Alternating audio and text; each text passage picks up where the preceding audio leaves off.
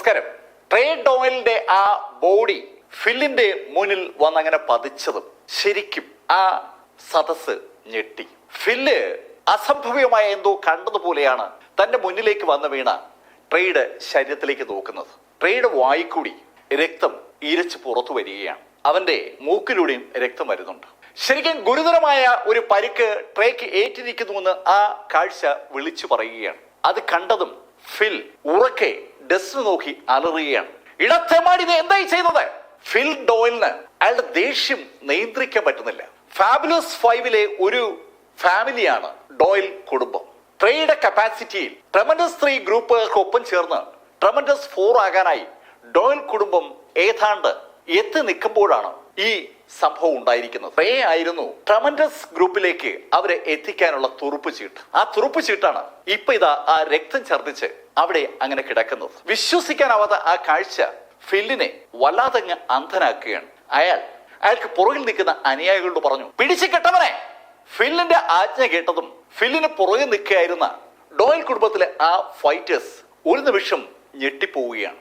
സാക്ഷാൽ ചെറി ഡോയലിനെ തോൽപ്പിച്ച ഡസ്റ്റിനെ പിടിച്ചു കെട്ടാനാണ് ഇതാ ഫിൽ ഡോയൽ പറയുന്നത്. തികച്ചും അസാധ്യമായ ഒരു ടാസ്ക് ഇതാ തങ്ങളെ ഫിൽ ഏൽപ്പിക്കുകയാണ്. ഫില്ല് അങ്ങനെ ഉത്തരവിട്ടതും ഹെക്ടർ ചാടി എണീറ്റു. ഹെക്ടർ ഫില്ലിനോട് ചോദിച്ചു, ഏയ് ഫിൽ, എന്താ ഇത്? ഇവിടെ നടന്ന ഒരു ഫൈറ്റാണ്. ആ ഫൈറ്റ് ആകുമ്പോ ഇതുപോലെ പരിക്കുണ്ടാകുക സ്വാഭാവികമാണ്. ഏയ് ഹെക്ടർ, അങ്ങനെയല്ല, ഇവൻ എന്റെ മകനെയാണ് അപകടപ്പെടുത്തിയിരിക്കുന്നത്. നോക്ക് ഫിൽ, നിങ്ങളുടെ ഈ മകൻ എന്താ ചെയ്തതെന്ന് നമ്മൾ എല്ലാവരും കണ്ടതല്ലേ. അവൻ പിന്നിൽ നിന്ന് ഡസ്റ്റിനെ ആക്രമിച്ചതല്ലേ. ഏയ് ഹെക്ടർ, റിങ്ങിനകത്ത് അങ്ങനെയൊക്കെ ആകാം. റിങ്ങിനകത്ത് അങ്ങനെയൊക്കെ ആകാമെങ്കിൽ റിങ്ങിനകത്ത് വെച്ച് ഡസ്റ്റിനെ അവനെ ഇടിച്ചൂടെ? എന്താ ഡസ്റ്റിനെ കൊല്ലുന്നത് ന്യായവും ഡസ്റ്റിനെ തിരിച്ചാക്രമിക്കുന്നത് അന്യായവുമാണോ? ഹെക്ടറുടെ ആ ചോദ്യം കേട്ടപ്പോ ഫില്ല് ഹെക്ടറോട് പറഞ്ഞു, ഏയ് ഹെക്ടർ, നിങ്ങൾ എന്തിനാ ഡസ്റ്റിനെ സപ്പോർട്ട് ചെയ്യുന്നത്? ഞാൻ ഡസ്റ്റിനെ സപ്പോർട്ട് ചെയ്യും. ഡസ്റ്റിൻ ഞങ്ങളുടെ ആളാണ്. ഡസ്റ്റിൻ ഞങ്ങളുടെ അഭ്യുദയകാംക്ഷിയാണ്. അതുകൊണ്ട് തന്നെ ഡസ്റ്റിനെ ഞാൻ സപ്പോർട്ട് ചെയ്യും. ഹെക്ടറുടെ ഹാർമൺ കുടുംബവും ഡോയൽ കുടുംബത്തെ പോലെ ഫാബുലസ് 5-ൽ ഒന്നായതുകൊണ്ട് ഹെക്ടറുടെ ആ മറുപടിക്ക് എന്ത് മറുപടി പറയണമെന്ന് അറിയാതെ ഫില്ല് വല്ലാതെ അമ്പരപ്പോടെ ഹെക്ടറെയും തറയിൽ കിടക്കുന്ന അയാളുടെ മകനെ നോക്കുമ്പോഴേക്കും ക്ലാഡിയയും മാഗിയും ഓടി അടുത്തെത്തി. അവർ രണ്ടുപേരും വല്ലാത്തൊരു അമ്പരപ്പിലാണ്. ഡസൻ റൈസ് ശക്തനാണെന്ന് മാഗിയും ക്ലാഡിയും മനസ്സിലാക്കിയിട്ടുള്ള കാര്യമാണ്. പക്ഷേ എന്നാലും ചെറിക്കൊപ്പം ഡസ്റ്റിന് എത്തില്ല എന്ന ഉറച്ച വിശ്വാസം അവർക്ക് രണ്ടുപേർക്കും ഉണ്ടായിരുന്നു. ആ വിശ്വാസമാണ് ഇതാ തകിടം മറിഞ്ഞിരിക്കുന്നത്. എന്ത് ചെയ്യണമെന്നറിയാതെ അമ്പരന്ന് പോയ മാഗി ഉറക്കെ ഡസ്റ്റിനെ നോക്കി അലറുകയാണ്. ഇടാ, നീ അനുഭവിക്കൂടാ. അവളുടെ സകല പ്രതീക്ഷയും ചെറിയിലായിരുന്നു. ആ ചെറിയാണ് ഇവിടെ പരിക്കേറ്റ് കിടക്കുന്നത്. ഇത്രയായപ്പോ പോൾ എണീറ്റു. ഏയ് ഹെക്ടർ, ഫിൽ, നിങ്ങളുടെ വഴക്കിന് പറ്റിയ സമയം ഇതല്ല. ഇവിടെ നടന്ന ഒരു ഫൈറ്റാണ്. ഈ ഫൈറ്റിൽ എതിരാളികൾ പരസ്പരം ആക്രമിക്കും. ആ ആക്രമണത്തിൽ പരിക്കേൽക്കുക സ്വാഭാവികമാണ്. ഡസൻ ചെറിയെ കൊല്ലാതെ വിട്ടത് ഭാഗ്യമെന്ന് കരുതുക. അങ്ങനെ പറഞ്ഞിട്ട് പോള് ഫില്ലിനോട് പറഞ്ഞു, ഫിൽ, നിനക്ക് നിന്റെ മോനെ രക്ഷിക്കണമെങ്കിൽ എത്രയും പെട്ടെന്ന് അവനെ ഹോസ്പിറ്റലിൽ കൊണ്ടുപോകും. പോള് അത് പറഞ്ഞപ്പോഴാണ് ശരിക്കും ഫില്ലിന് ബോധം ഉണ്ടാവുന്നത്. ഫില്ലും ഡോയൽ കുടുംബത്തിലെ ബാക്കി ആളുകളും ചേർന്ന് ചെറിയെ അവിടുന്ന് പൊക്കിയെടുത്ത് വാഹനത്തിലേക്ക് കയറ്റുകയാണ്. മാർഷൽ ആർട്സ് പ്രാക്ടീസ് ചെയ്യുന്ന സ്ഥലമായതുകൊണ്ട് റെഗുലർ ആയിട്ട് ആംബുലൻസ് ഒക്കെ അവിടെ ഉണ്ടാകും. അതുപോലെ ഇത്തരത്തിലൊരു ഫൈറ്റ് നടക്കുമ്പോൾ ഒരു ആംബുലൻസ് മസ്റ്റാണ്. വേഗം തന്നെ ആ ആംബുലൻസിൽ ചെറിയ കയറ്റി ആ വാഹനം അതിവേഗം അവിടുന്ന് പായുമ്പോൾ ആൾക്കൂട്ടത്തിനിടയിൽ നിന്ന് ഒരാൾ നിശബ്ദനായി എണീറ്റു. അയാൾ അടുത്ത് നിൽക്കുന്ന ആ സ്ത്രീയോട് പറഞ്ഞു, ഷേ, ഇവൻ ഞാൻ പ്രതീക്ഷിച്ചതുപോലെ അവിടെ ഉയർന്നില്ലല്ലോ. ആ ഡസ്റ്റിനെ ഇവൻ തീർക്കുമെന്നാണ് ഞാൻ കരുതിയത്. ആ സ്ത്രീയോട് അങ്ങനെ സംസാരിക്കുന്നത് സാക്ഷാ ടൈലർ ഗ്രാന്റ് ആണ്. ടൈലർ ഗ്രാന്റ് വേഷപ്രച്ഛന്നനായിട്ട് ആ ആൾക്കൂട്ടത്തിനിടയിൽ വന്നിരിക്കുകയായിരുന്നു. ട്രേഡ് ഡോയൽ ഡസൻ റൈസിനെ തകർത്തടിക്കുന്നത് കാണാനായിട്ടാണ് യഥാർത്ഥത്തിൽ ടൈലർ വന്നത്. പക്ഷെ അയാളുടെ പ്രതീക്ഷകൾക്ക് വിരുദ്ധമായ ഒരു സംഭവമാണ് അവിടെ ഉണ്ടായത്.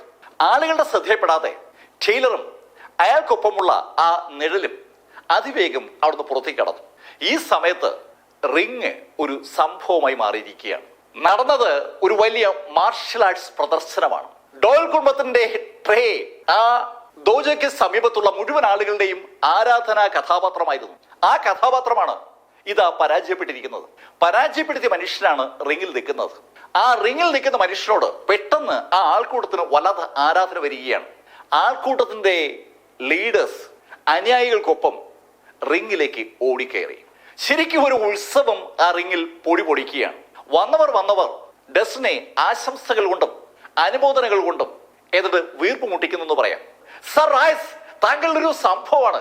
സർ റൈസ്, നിങ്ങൾ എവിടെയായിരുന്നു? സർ റൈസ്, ഞങ്ങളുടെ ടീമിൽ ചേരൂ സാർ. സർ റൈസ്, നിങ്ങൾക്ക് എന്ത് സപ്പോർട്ട് കൊടുക്കണം ഞങ്ങൾ തരാം sir. Sir rise, sir rise. ആളുകൾ ആവേശപൂർവ്വം പല കാര്യങ്ങളും പറയുമ്പോൾ പലരും കയ്യിലിരിക്കുന്ന പലതും ഡസ്റ്റിന് സംഭാവനയായിട്ട് കൊടുക്കുകയാണ്. സർ റൈസ്, പ്ലീസ് ഇത് സ്വീകരിക്കൂ സാർ, എന്റെ സംഭാവനയാണ് സാർ. സർ റൈസ്, അങ്ങനെ കാണാൻ കഴിഞ്ഞതിൽ വലിയ സന്തോഷം സാർ. അനവധി മാർഷൽ ആർട്സ് പ്രാക്ടീസ് ചെയ്യുന്ന ഗിൽഡുകൾ അവിടെ എത്തിയിട്ടുണ്ട്. ആ ഗിൽഡുകളുടെ കീഴിലുള്ള ഒരുപാട് സ്കൂളുകൾ അവിടെ എത്തിയിട്ടുണ്ട്. നൂറുകണക്കിന് സ്കൂളുകളെ റെപ്രസെന്റേറ്റ് ചെയ്തുകൊണ്ട് അവരുടെ പ്രിൻസിപ്പൽമാരും ഇൻസ്ട്രക്ടേഴ്സും അവിടെ ഉണ്ടായിരുന്നു.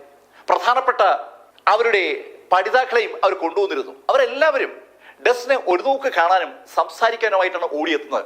സർ റൈസ്, അങ്ങ് എങ്ങനെയാണ് ഈ ശൈലിയിൽ ശക്തനായത്? സർ, ആരാണ് സർ അങ്ങയുടെ ഗുരു? സർ, ആരാണ് സർ അങ്ങയെ പഠിപ്പിച്ചുകൊണ്ടിരുന്നത്? സർ, എവിടെയാണ് സർ അങ്ങ് പഠിച്ചത്? ചോദ്യങ്ങൾ മലവെള്ള പാച്ചിൽ പോലെ ഇങ്ങനെ ഡസ്റ്റിനടുത്തേക്ക് വരുമ്പോൾ ഈ കാഴ്ചകൾ വല്ലാത്ത കൗതുകത്തോടെയും അഭിമാനത്തോടെയും കണ്ടു നിൽക്കുകയാണ് സാക്ഷാൽ നടാഷ ഹാർമൺ. നടാഷയ്ക്ക് അവളുടെ സന്തോഷം പ്രകടിപ്പിക്കാൻ വാക്കുകളില്ലെന്ന് പറഞ്ഞാൽ അതാണ് ശരി. അവൾ സന്തോഷം കൊണ്ട് അങ്ങ് പൂത്തുലയുകയാണ്. ഈ സമയത്ത് ആൾക്കൂട്ടത്തിനിടയിലെ സാക്കും ഗോർഡനും അതുപോലെ സോയയും ഒരക്ഷരം പോലും ശബ്ദിക്കാനാവാതെ ഏതാണ്ട് സ്തംഭിച്ചങ്ങനെ നിൽക്കുകയാണ്. അവരെ ഇടതും വലതും ഉണ്ടായിരുന്ന ആളുകളൊക്കെ റിങ്ങിലേക്ക് ഓടിക്കേറുമ്പോഴും അവർ മൂവരും നിശ്ചലരായി നിൽക്കുകയാണ്. ഈ സമയത്ത് അവരുടെ കൂട്ടത്തുള്ള അഡ്രിയാനയുടെ മുഖത്ത് കൃത്യമായ ഒരു പുഞ്ചിരി വിരിയുകയാണ്. അവൾ അറിയാതെ മനസ്സുകൊണ്ട് പറഞ്ഞു പോവുകയാണ്, വെറുതെയല്ല നടാഷ ഡസ്റ്റിനിൽ അനുരക്തയായത്. ഡസ്റ്റിനെ നടാഷ അവളുടെ പാർട്ണറായി തിരഞ്ഞെടുത്തപ്പോൾ അവൾ ഒഴിവാക്കിയത് സാക്ഷാൽ ടൈലർ ഗ്രാൻറ്റിനെയാണ്. ടൈലർ ഗ്രാൻറ്റിനെ പോലെ എല്ലാവരും അറിയുന്ന ഒരാളെ ഒഴിവാക്കി ഡസ്റ്റിൻ റൈസിനെ തിരഞ്ഞെടുക്കാൻ ഒരു കാരണം നടാഷയ്ക്ക് ഉണ്ടാകുമെന്ന് ആ സംഭവത്തിന് ദൃക്സാക്ഷിയായ അഡ്രിയാനയ്ക്ക് അന്നേ തോന്നിയതാണ്. ഇപ്പോഴാണ് ആ സത്യം മനസ്സിലാകുന്നത്. ഡസ്റ്റിൻ ശരിക്കും ഒരു സംഭവമാണ്. ആൾക്കൂട്ടം ഡസ്റ്റിനെ അനങ്ങാൻ പറ്റാത്ത ശൈലിയിൽ വളഞ്ഞിരിക്കുന്ന കണ്ടതും പോൾ ആ റിങ്ങിലേക്ക് വന്നു. പോൾ റിങ്ങിലേക്ക് വരണ കണ്ടതും ആൾക്കൂട്ടം രണ്ടായിട്ട് വഴി കൊടുക്കുകയാണ്. ഡസ്റ്റിന് അടുത്തേക്ക് വന്ന പോൾ ഡസ്റ്റിനോട് പറഞ്ഞു, ഡസ്റ്റിൻ, എനിക്കൊരു കാര്യം സംസാരിക്കാനുണ്ട്. ഡസ്റ്റിനെ ആ ആൾക്കൂട്ടത്തിനിടയിൽ നിന്ന് പോള് ഒരു പരുവത്തിൽ രക്ഷിച്ചുകൊണ്ട് മുന്നോട്ട് പോവുകയാണെന്ന് പറഞ്ഞാൽ അതാണ് ശരി. ഡസ്റ്റിൻ പോളിനൊപ്പം നടക്കുമ്പോൾ ആളുകൾ ആർത്ത് വിളിക്കുന്നുണ്ട്, ഡസ്റ്റിൻ, ഡസ്റ്റിൻ, ഡസ്റ്റിൻ. ശരിക്കും അവിടെ വേറെ ഒന്നും കേൾക്കാനില്ല. ഡസ്റ്റിൻ എന്ന് കുറെ ആളുകൾ വിളിക്കുമ്പോൾ കുറെ ആളുകൾ വിളിക്കുക സർ റൈസ് എന്നാണ്. ആളുകളുടെ ഒരു ആരാധനാ കഥാപാത്രമായി ഡസ്റ്റിൻ മാറുമ്പോൾ പോൾ ഡസ്റ്റിനെയും കൊണ്ട് അല്പ ദൂരേക്ക് മാറി നിന്നു. ഡസ്റ്റിൻ, എനിക്ക് ഒരു സഹായം വേണം. സർ, പോൾ അങ്ങ് എന്തായി ചോദിക്കുന്നത്? അങ്ങ് എന്ത് വേണമെന്ന് പറഞ്ഞാൽ മതി, എന്നെ കൊണ്ട് ചെയ്യാൻ പറ്റുന്ന ഏത് കാര്യവും ഞാൻ ചെയ്തു തരാം. ഡസ്റ്റിൻ, വലിയ കാര്യമൊന്നുമല്ല. ഡസ്റ്റിൻ ഞങ്ങളുടെ ഈ ബെലാർമ മേഖലയെ റെപ്രസെന്റേറ്റ് ചെയ്ത് അടുത്ത മത്സരത്തിൽ പങ്കെടുക്കണം. സർ, അങ്ങ് പറയുന്നത്? ഡസ്റ്റിൻ, 3 കൊല്ലത്തിലൊരിക്കൽ ബെലാർമ മേഖലയും ഗ്ലൻസിഡ് മേഖലയും തമ്മിൽ ഒരു മാർഷൽ ആർട്സ് കോമ്പറ്റീഷൻ നടക്കാറുണ്ട്. ഓരോ മേഖലയിൽ നിന്നും 5 ആളുകളാ പങ്കെടുക്കുക. പോൾ പറയുന്നത് വളരെ ശ്രദ്ധിച്ച് ഡസ്റ്റിൻ കേൾക്കുകയാണ്. സർ, അങ്ങ് പറഞ്ഞു വരുന്നത്? ഡസ്റ്റിൻ, ഈ മത്സരം വഴി ഓരോ മേഖലയിലെയും പുതിയ ടാലന്റുകളെ 2 കൂട്ടർക്കും അറിയാൻ പറ്റും. അതോടൊപ്പം 2 മേഖലയിലെയും വളർച്ച ഇരു വിഭാഗത്തിനും അറിയാനും കഴിയും. ഗ്ലൻസിഡും ബെലാർമയും തമ്മിലുള്ള ആ ഒരു കോമ്പറ്റീഷൻ സ്വാഭാവികമായിട്ടും ഒരു വലിയ സംഭവമാണ്. സർ, അങ്ങ് ഈ മേഖലയിൽ നിന്ന് ഒഴിഞ്ഞ ആളല്ലേ, അങ്ങ് റിട്ടയർ ചെയ്ത ആളല്ലേ, അങ്ങ് പിന്നെ എന്തിനാ സർ ഇതിനകത്തൊക്കെ ഇത്രയും പ്രാധാന്യം കൊടുക്കുന്നത്? ഡസ്റ്റിൻ, ഞാൻ ഒഴിഞ്ഞെങ്കിലും എന്റെ ശിഷ്യന്മാരും അവരുടെ ശിഷ്യന്മാരും ഒക്കെയാണ് ഇപ്പോഴും രംഗത്തുള്ളത്. ഞാൻ പിന്നെ ഡസ്റ്റിനെ ഇതിലേക്ക് ഇൻവൈറ്റ് ചെയ്യുന്നത് മറ്റൊരു കാര്യം കൂടി കൊണ്ടാണ്. 38 വയസ്സിന് താഴെയുള്ളവർക്ക് ഈ കോമ്പറ്റീഷനിൽ പങ്കെടുക്കാൻ പറ്റും. ഞാൻ പറഞ്ഞല്ലോ, ഒരു മേഖലയിൽ നിന്ന് 5 ആളുകൾക്ക് പങ്കെടുക്കാം. ഞങ്ങളിവിടെ 5ാമനായി കണ്ടിരുന്നത് ഈ ട്രേയാണ്. ട്രേക്ക് ഡസ്റ്റിൻ കാരണം പരിക്ക് പറ്റിയിരിക്കുകയാണ്. അപ്പൊ ആ സ്ലോട്ട് പൂർത്തിയാക്കാൻ ഡസ്റ്റിന് സ്വാഭാവികമായിട്ടും ഉത്തരവാദിത്വമുണ്ട്. ഡസ്റ്റിൻ റൈസ് ആണ് ട്രേയുടെ ഈ അവസ്ഥയ്ക്ക് കാരണം. അതുകൊണ്ട് ഡസ്റ്റിൻ ട്രേക്ക് പകരം മത്സരത്തിൽ പങ്കെടുക്കണം. വളരെ സിമ്പിളായ ഒരു ആവശ്യമാണ് പോള് മുന്നോട്ട് വെച്ചത്. സാർ, എനിക്കിതിലൊന്നും ഒരു താല്പര്യമില്ല സാർ. ഡസ്റ്റിൻ, താനൊരു അസാധ്യ കഥാപാത്രമാണല്ലോ. തന്റെ പ്രായത്തിലുള്ള ആളുകൾ എങ്ങനെയെങ്കിലും ഒന്ന് പ്രസിദ്ധരാകാൻ വേണ്ടി ഏത് മത്സരത്തിൽ പങ്കെടുക്കുന്ന കാലഘട്ടത്തിൽ താൻ ഇങ്ങനെ ഒഴിഞ്ഞു മാറുക എന്ന് പറയുമ്പോൾ, സാർ, എനിക്ക് പ്രസിദ്ധിയൊന്നും വേണ്ട സാർ, ഇങ്ങനെയൊക്കെ ജീവിച്ചു പോയാൽ മതി സാർ, ആരും കൂടുതൽ അറിയാതിരിക്കുന്നതല്ലേ സാർ നല്ലത്. ഡസ്റ്റിൻ വളരെ സിമ്പിൾ ആണെന്നും അധികം പബ്ലിസിറ്റി വേണ്ടെന്നൊക്കെ വ്യക്തമായും ഡസ്റ്റിൻ സംഭാഷണത്തിൽ നിന്ന് പോള് മനസ്സിലാക്കുന്നുണ്ട്. പോള് ഡസ്റ്റിനോട് പറഞ്ഞു, ഡസ്റ്റിൻ, എന്തായാലും ഡസ്റ്റിൻ എന്നൊന്ന് സഹായിക്കണം. പോൾ അങ്ങനെ തീർത്ത് പറഞ്ഞപ്പോൾ ഡസൻ പോളിനോട് പറഞ്ഞു, സാർ എന്തായാലും ഫൈറ്റ് അല്ലേ, ഞാൻ സഹകരിക്കാം. പക്ഷെ തിരിച്ചെനിക്ക് എന്താ ഗുണം സാർ? ഡസൻ എന്താ വേണ്ടെന്ന് ചോദിച്ചോളൂ. സ്വർണം വേണോ, രത്നം വേണോ, അതോ ഇനി സുന്ദരിമാരാരെങ്കിലും വേണോ? സാർ എനിക്ക് അതൊന്നും വേണ്ട. എനിക്ക് ഈ അപൂർവ ഇനത്തിൽപ്പെട്ട ചെടികളിൽ വലിയ കൗതുകമുണ്ട് സാർ. ഈ 1000 ഇയർ ഗ്രീൻ ലോട്ടസ് എന്നൊരു ചെടിയുണ്ട്, അതുപോലെ ചെറൂസിയ. ഇതിലേതെങ്കിലും എനിക്ക് തരാൻ പറ്റുമോ? ഈ ഡസൻ 1000 ഇയർ ഗ്രീൻ ലോട്ടസ് ഞാൻ കേട്ടിട്ടില്ലാത്തൊരു സംഭവമാണ്. പക്ഷേ ചെറൂസിയ അത് ഞാൻ കേട്ടിട്ടുണ്ടെന്ന് മാത്രമല്ല, അത് എവിടെയുണ്ടെന്ന് എനിക്ക് അറിയുകയും ചെയ്യും. സാർ അത് എവിടെയുണ്ട്? ഡസൻ ഞാൻ അതൊക്കെ പറഞ്ഞുതരാം, പക്ഷേ അത് ഈ മത്സരം കഴിഞ്ഞിട്ട് പറയൂ. ഡസന് മറ്റൊന്നും ചെയ്യാൻ പറ്റാത്ത അവസ്ഥ. ഡസന് അവന്റെ ഏറ്റവും പ്രിയപ്പെട്ട സുഹൃത്തു കൂടിയായ മാനിയാക്കിനെ രക്ഷപ്പെടുത്തണമെങ്കിൽ ചെറൂസിയും കയ്യിൽ വേണം. ആ ചെറൂസിയ പോൾ വിചാരിച്ചാൽ കിട്ടുകയും ചെയ്യും. പക്ഷെ കണ്ടീഷൻ മത്സരത്തിൽ ഡസൻ പങ്കെടുക്കണമെന്നുള്ളതാണ്. അവസാനം ഡസൻ സമ്മതിച്ചു. സാർ ഞാൻ റെഡിയാണ്.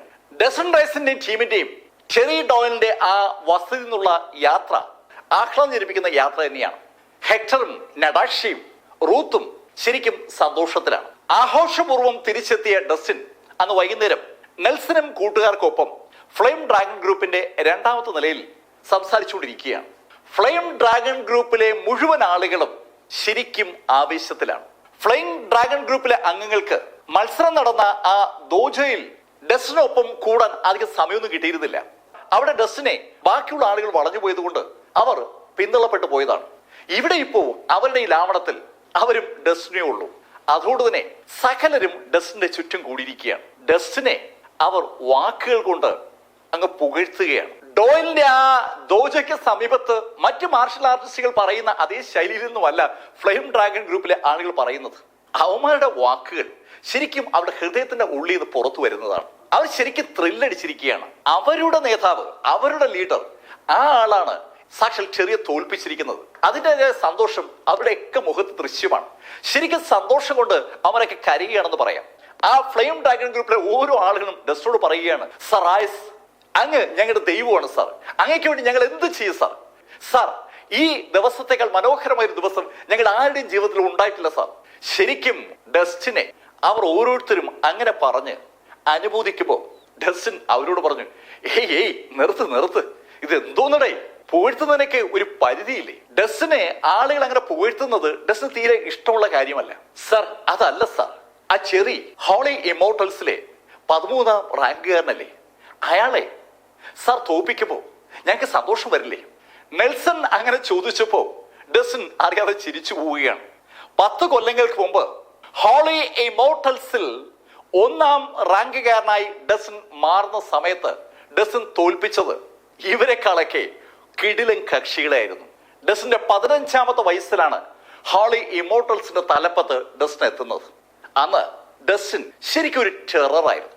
ഡസ്റ്റിൻ യഥാർത്ഥത്തിൽ ചെറിയുമായിട്ടുള്ള ഫൈറ്റിന് സമ്മതിച്ചു തന്നെ അവൻ ഹോളി ഇമോർട്ടൽസിലെ 13ാം റാങ്കുകാരനാണെന്ന് അറിഞ്ഞതുകൊണ്ടാണ്. 10 വർഷം മുമ്പുള്ള 13ാം റാങ്കുകാരന്റെ കപ്പാസിറ്റിയെ കുറിച്ച് ഡസ്റ്റിന് നന്നായിട്ട് അറിയാം. ഇപ്പോ ഹോളി ഇമോർട്ടൽസിലെ ആളുകളുടെ ശക്തി എങ്ങനെയുണ്ടെന്ന് കാണാമെന്ന് കരുതിയിട്ടാണ് ഡസ്റ്റിൻ യഥാർത്ഥത്തിൽ ടെറിയുമായിട്ട് ഫൈറ്റിന് വന്നത്. ഡസ്റ്റിനെ ടെറി ശരിക്കും നിരാശപ്പെടുത്തി എന്നുള്ളതാണ് സത്യം. ഡസ്റ്റിൻ ഫൈറ്റ് ചെയ്യുന്ന സമയത്ത് ഉണ്ടായിരുന്ന ആ പവർ 13ാം റാങ്കുകാരന് ഇപ്പോ ഇല്ല. ആ ചിന്തയാണ് നെൽസന്റെ ചോദ്യം ഡസ്റ്റിന്റെ മനസ്സിലേക്ക് കൊണ്ടുവന്നത്. ഡസ്റ്റിൻ ചിരിക്കുന്ന കണ്ടതും നെൽസൺ പറഞ്ഞു, സാർ ഞങ്ങള് വെറുതെ പറയുന്നല്ല സാർ, അങ്ങ് ഒരു ഹോളി ഇമോർട്ടൽസിനെ തോപ്പിക്കുമെന്ന് ഞങ്ങൾ ആരും കരുതിയിരുന്നതല്ല. ഹേയ് നെൽസൺ, ആ കാര്യം വിട്, വെറുതെ എന്നെ സുഖിപ്പിക്കാനായിട്ട് അതും ഇത് പറയാതെ. സാർ അങ്ങനെയാണെങ്കിൽ ഞാൻ മറ്റൊരു കാര്യം പറയാം സാർ. സാർ ഒരുപാട് ആളുകൾ, ഫൈറ്റേഴ്സ്, മിടുക്കർ ഇപ്പൊ നമ്മുടെ ഈ ഫ്ലെയിം ഡ്രാഗൺ ഗ്രൂപ്പിൽ അംഗമാകാൻ ഞങ്ങൾ സമീപിച്ചിരിക്കുകയാണ്. നെൽസൺ പറഞ്ഞ ആ കാര്യം കേട്ടപ്പോ ഡസ്റ്റിന്റെ മുഖത്ത് ശരിക്കും ഒരു കൗതുകം ഉണ്ടായി. ഡസ്റ്റിൻ വളരെ താല്പര്യത്തോടെ നെൽസണോട് പറഞ്ഞു, നെൽസൺ അതാണ് ശരി, എന്റെ ഫൈറ്റ് കൊണ്ട് നമുക്ക് അങ്ങനെ ഒരു ഗുണമുണ്ടായാൽ അതിനെ നമുക്ക് മുതലാക്കണം. നെൽസൺ ഒരു കാര്യം ശ്രദ്ധിക്കണം, ഒരിക്കലും ക്യാരക്ടർ ഇല്ലാത്ത ഒരാളെയും നമ്മുടെ ഗ്രൂപ്പിൽ അംഗമാക്കരുത്. തെറ്റ് ചെയ്യല് നമ്മുടെ ജോലിയല്ല. നമ്മുടെ ഒരു ശക്തമായ ഗ്രൂപ്പാണ്.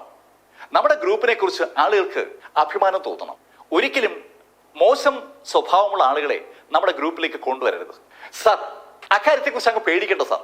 എനിക്ക് മറ്റു കഴിവുകൾ കുറവാണെങ്കിലും ആളുകളെ മനസ്സിലാക്കാൻ എളുപ്പം പറ്റുമെന്നാണ് എന്റെ വിശ്വാസം. ഡസ്റ്റിൻ റൈസ് ഒരു നല്ല മനുഷ്യനാണെന്ന് നെൽസന് ഒറ്റ നോട്ടത്തിൽ തോന്നിയത് കൊണ്ടാണ് നെൽസന്റെ ഗ്യാങ്ങിലെ നെൽസന്റെ അനുജനെ ഡസ്റ്റിൻ മർദ്ദിക്കുന്നത് കണ്ടിട്ടും പെട്ടെന്ന് ഡസ്റ്റിനോട് ഒരു അടുപ്പം കൂടാൻ നെൽസൺ തീരുമാനിച്ചത്. നെൽസനും കൂട്ടരോടും ഡസ്റ്റിൻ സംസാരിച്ചുകൊണ്ടിരിക്കുമ്പോഴാണ് പെട്ടെന്ന് ഡസ്റ്റിന്റെ ഫോണിൽ ഒരു മെസ്സേജ് വന്നത്. ആ മെസ്സേജിന്റെ മുകളിലുള്ള പേര് കണ്ട ഡസ്റ്റിൻ പെട്ടെന്ന് ആ ഫോൺ എടുത്ത് മെസ്സേജ് നോക്കി. ഞാനിവിടെ ലോട്ടസ് റെസ്റ്റോറൻറ്റിലുണ്ട്. ആ മെസ്സേജിന്റെ താഴെ ലൊക്കേഷനുമുണ്ട്. ഡസ്റ്റിൻ റൈസ് കഴിഞ്ഞ ദിവസങ്ങളിൽ ഡാലിയെ കോണ്ടാക്ട് ചെയ്യാൻ പരമാവധി ശ്രമിച്ചതാണ്. ഡാലിയ ഡസ്റ്റിനോട് സംസാരിക്കാൻ വിസമ്മതിക്കുകയാണ്. അവളുടെ അനുജന്റെ മരണത്തിൽ ഡസ്റ്റിന് പങ്കുണ്ടെന്ന് അവൾ പൂർണ്ണമായും വിശ്വസിക്കുന്നതുകൊണ്ട് അവൾ ഡസ്റ്റിന് ഫോൺ എടുക്കാൻ തയ്യാറാകുന്നേയില്ല. ഡസ്റ്റിൻ അനവധി തവണ മെസ്സേജുകൾ വഴിയും ഡാലിയെ കോണ്ടാക്ട് ചെയ്യാൻ ശ്രമിച്ചു. പക്ഷേ കാര്യങ്ങളൊന്നും നടന്നില്ല. പെട്ടെന്ന് ഡാലിയ ഡസ്റ്റിനെ കാണാൻ താല്പര്യമുണ്ടെന്നുള്ള ശൈലിയിൽ ആ മെസ്സേജ് ഇട്ടത് കണ്ടതും ഡസ്റ്റിൻ നെൽസനോട് പറഞ്ഞു, ഏയ് നെൽസൺ, ഞാൻ ഒരു സ്ഥലം വരെ പോവുകയാണ്. നെൽസൺ, ഞാൻ പറഞ്ഞ കാര്യം മറക്കരുത്. ജെയിംസിന്റെ ആ മരണം ശരിക്കും നന്നായിട്ടൊന്ന് അന്വേഷിക്കണം. ആരാണ് അവന്റെ കൊലപാതകത്തിന് പിന്നിലെന്ന് നമുക്ക് കണ്ടുപിടിച്ചേ പറ്റൂ. അങ്ങനെ പറഞ്ഞിട്ട് ഡസ്റ്റിൻ അതിവേഗം അവിടുന്ന് പുറത്തേക്ക് ഇറങ്ങി. ഡസ്റ്റിൻ ലോട്ടസ് റെസ്റ്റോറൻറ്റിൽ എത്തുമ്പോൾ ആ റെസ്റ്റോറൻറ്റ് ഏതാണ്ട് വിജനമാണ്. ആ റെസ്റ്റോറൻറ്റിൽ ഒരു ടേബിളിനടുത്ത് ഡാലിയ നിക്കോൾസ് ഇരിക്കുകയാണ്. ആ റെസ്റ്റോറൻറ്റിൽ വേറെ ആരുമില്ല. ഡാലിയുടെ മേശപ്പുറത്ത് ഒരു കെറ്റിലുമുണ്ട്. ഡസ്റ്റിനെ കണ്ടിട്ടും ഡാലിക്ക് ചിരിയൊന്നും വരുന്നില്ല. വല്ലാത്ത ഗൗരവത്തിലാണ് ഡാലി ഇരിക്കുന്നത്. ഡാലിയ ഇപ്പോഴും തന്നോട് ദേഷ്യത്തിലാണെന്ന് ആ കാഴ്ച കണ്ടപ്പോൾ ഡസ്റ്റിന് മനസ്സിലായി. ഡസ്റ്റിൻ ഡാലിയുടെ എതിരെ ഇരുന്നു. ഡസ്റ്റിനെ ഒന്ന് നോക്കിയിട്ട് ഡാലിയ ചായ ഒരു കപ്പിലേക്ക് പകർന്നു ചായ ഡസ്റ്റിന് കൊടുത്തു. ഡസ്റ്റിൻ ചായ വാങ്ങിച്ചു. ഡാലിയും ചായ കുടിക്കുന്നുണ്ട്. ഡസ്റ്റിനും ചായ കുടിച്ചു. ചായ ഡസ്റ്റിൻ കുടിച്ചുകൊണ്ടിരിക്കുമ്പോൾ ഡാലിയ ഡസ്റ്റിനോട് ചോദിച്ചു, ഡസ്റ്റിൻ, നിങ്ങൾ എൻ്റെ അനുജനെ കൊന്നില്ല എന്ന് എന്നോട് പറഞ്ഞല്ലോ, എന്താ അതിൻ്റെ കാരണം? ഡാലിയ, അത് പറയാൻ വേണ്ടിയാണ് ഞാൻ നിന്നെ കോണ്ടാക്ട് ചെയ്തുകൊണ്ടിരുന്നത്. നീ പക്ഷെ ഫോൺ എടുത്തില്ല. ഏയ് ഡസ്റ്റിൻ, കാര്യം പറയാം. ശരിക്കും ഗൗരവത്തിലാണ് ഡാലിയ സംസാരിക്കുന്നത്. ഡാലിയ, ഞാൻ ജെയിംസിന്റെ പോസ്റ്റ്മോർട്ടം റിപ്പോർട്ട് കളക്ട് ചെയ്തു. ആ റിപ്പോർട്ട് എൻ്റെ പോക്കറ്റിലുണ്ട്. അങ്ങനെ പറഞ്ഞിട്ട് ഡസ്റ്റിൻ ആ റിപ്പോർട്ട് എടുത്ത് ഡാലിയെ കാണിച്ചു. ആ റിപ്പോർട്ട് വളരെ വ്യക്തമായി ജെയിംസിന്റെ മരണകാരണം സൂചിപ്പിക്കുകയാണ്. അവൻ വിഷം ഉള്ളിച്ചെന്ന് മരിച്ചിരിക്കുന്നത്. അത് കണ്ടതും ഡാലിയുടെ മുഖത്ത് ഒരു പ്രകാശം വിടർന്നു. ഏയ് ഡസ്റ്റിൻ, ഡസ്റ്റിൻ പറഞ്ഞത് ശരിയാണല്ലേ? ഡാലിയ, ഞാൻ എപ്പോഴെങ്കിലും നിന്നോട് കള്ളം പറഞ്ഞിട്ടുണ്ടോ? അത് മാത്രമല്ല ഡാലിയ, ദാ ഈ സൂചി കണ്ടോ? അങ്ങനെ പറഞ്ഞിട്ട് ഡസ്റ്റിൻ സൂക്ഷിച്ചു വെച്ചിരുന്ന ആ സൂചി ഡാലിയ എടുത്ത് കാണിച്ചു. ഡാലിയെ കണ്ടുമുട്ടുന്ന നിമിഷത്തിൽ ഈ തെളിവുകൾ ഹാൻഡ് ഓവർ ചെയ്യണമെന്ന് കരുതി തന്നെയാണ് ഡസ്റ്റിൻ അത് കൊണ്ടു നടന്നത്. കറുത്ത നിറത്തുള്ള ആ സൂചി കാണിച്ചിട്ട് ഡസ്റ്റിൻ ഡാലിയോട് പറഞ്ഞു, ഡാലിയ, സത്യമായിട്ടും ഞാൻ ജെയിംസിനെ കൊന്നിട്ടില്ല. ഹേയ് ഡസ്റ്റിൻ, ഇതിൽ പരം തെളിവ് വേറെ വേണോ? എനിക്ക് വിശ്വാസമാണ്. എനിക്ക് അല്ലെങ്കിലും അറിയാമായിരുന്നു ഡസ്റ്റിൻ അരുതാത്തൊന്നും ചെയ്യില്ല. എന്റെ അനുജനെ കൊല്ലാൻ ഡസ്റ്റിൻ ഒരിക്കലും തയ്യാറായില്ലെന്ന് എനിക്ക് അറിയാമായിരുന്നു. അങ്ങനെ പറഞ്ഞതും പെട്ടെന്ന് ഡാലിക്ക് കരച്ചിൽ വരികയാണ്. കരച്ചിൽ വന്ന ഡാലിയ സീറ്റിൽ നിന്ന് എണീറ്റ് ഡസ്റ്റിന്റെ സീറ്റിനടുത്തേക്ക് വന്നു. ഡാലിയ തന്റെ സീറ്റിനടുത്തേക്ക് വരുന്ന കണ്ടതും ഡസ്റ്റിനും എണീറ്റു. ഡസ്റ്റിന് എണീറ്റതും ഡാലിയ പെട്ടെന്ന് ഡസ്റ്റിനെ കെട്ടിപ്പിടിക്കുകയാണ്. അവൾ അതുവരെ അടക്കി നിർത്തിയിരുന്ന സങ്കടം മുഴുവൻ ഡസ്റ്റിന്റെ പുറത്ത് തീർക്കുന്നു എന്ന് പറയാം. അവൾ ഡസ്റ്റിനെ കെട്ടിപ്പിടിച്ച് കരഞ്ഞു തുടങ്ങി. ഡസ്റ്റിനെ കെട്ടിപ്പിടിച്ച് ഡാലിയ കരഞ്ഞു തുടങ്ങുമ്പോൾ ഡസ്റ്റിൻ നിശബ്ദനായി നിൽക്കുകയാണ്. അല്പസമയം കഴിഞ്ഞതും ഡാലിയോടായി ഡസ്റ്റിൻ പറഞ്ഞു, ഡാലിയ, ഞാൻ ഇനിയൊരു സത്യം പറയട്ടെ. എന്താ ഡസ്റ്റിൻ? ഡാലിയ, സത്യമായിട്ടും ഞാനാണ് നിന്റെ അനുജനെ കൊന്നത്. പെട്ടെന്ന് ഡസ്റ്റിൻ റൈസ് ആ വാചകം പറഞ്ഞതും ഡാലിയ നിക്കോൾസൺ ഒന്ന് ഞെട്ടി. ഡാലിയ ഡസ്റ്റിനെ പുറത്ത് കൈയെടുത്ത് ഡസ്റ്റിന്റെ മുഖത്തേക്ക് നോക്കി ഡസ്റ്റിനോട് ചോദിച്ചു, ഏയ് ഡസ്റ്റിൻ, എന്താ പറഞ്ഞേ? അതെ ഡാലിയ, ഞാനാ നിന്റെ അനുജനെ കൊന്നത്. ഏയ് ഡസ്റ്റിൻ, നിങ്ങളല്ലേ ഇപ്പൊ ഈ തെളിവ് കൊണ്ടുവന്ന? ഡാലിയ, അതൊക്കെ ഫാബ്രിക്കേറ്റഡ് ആണ്.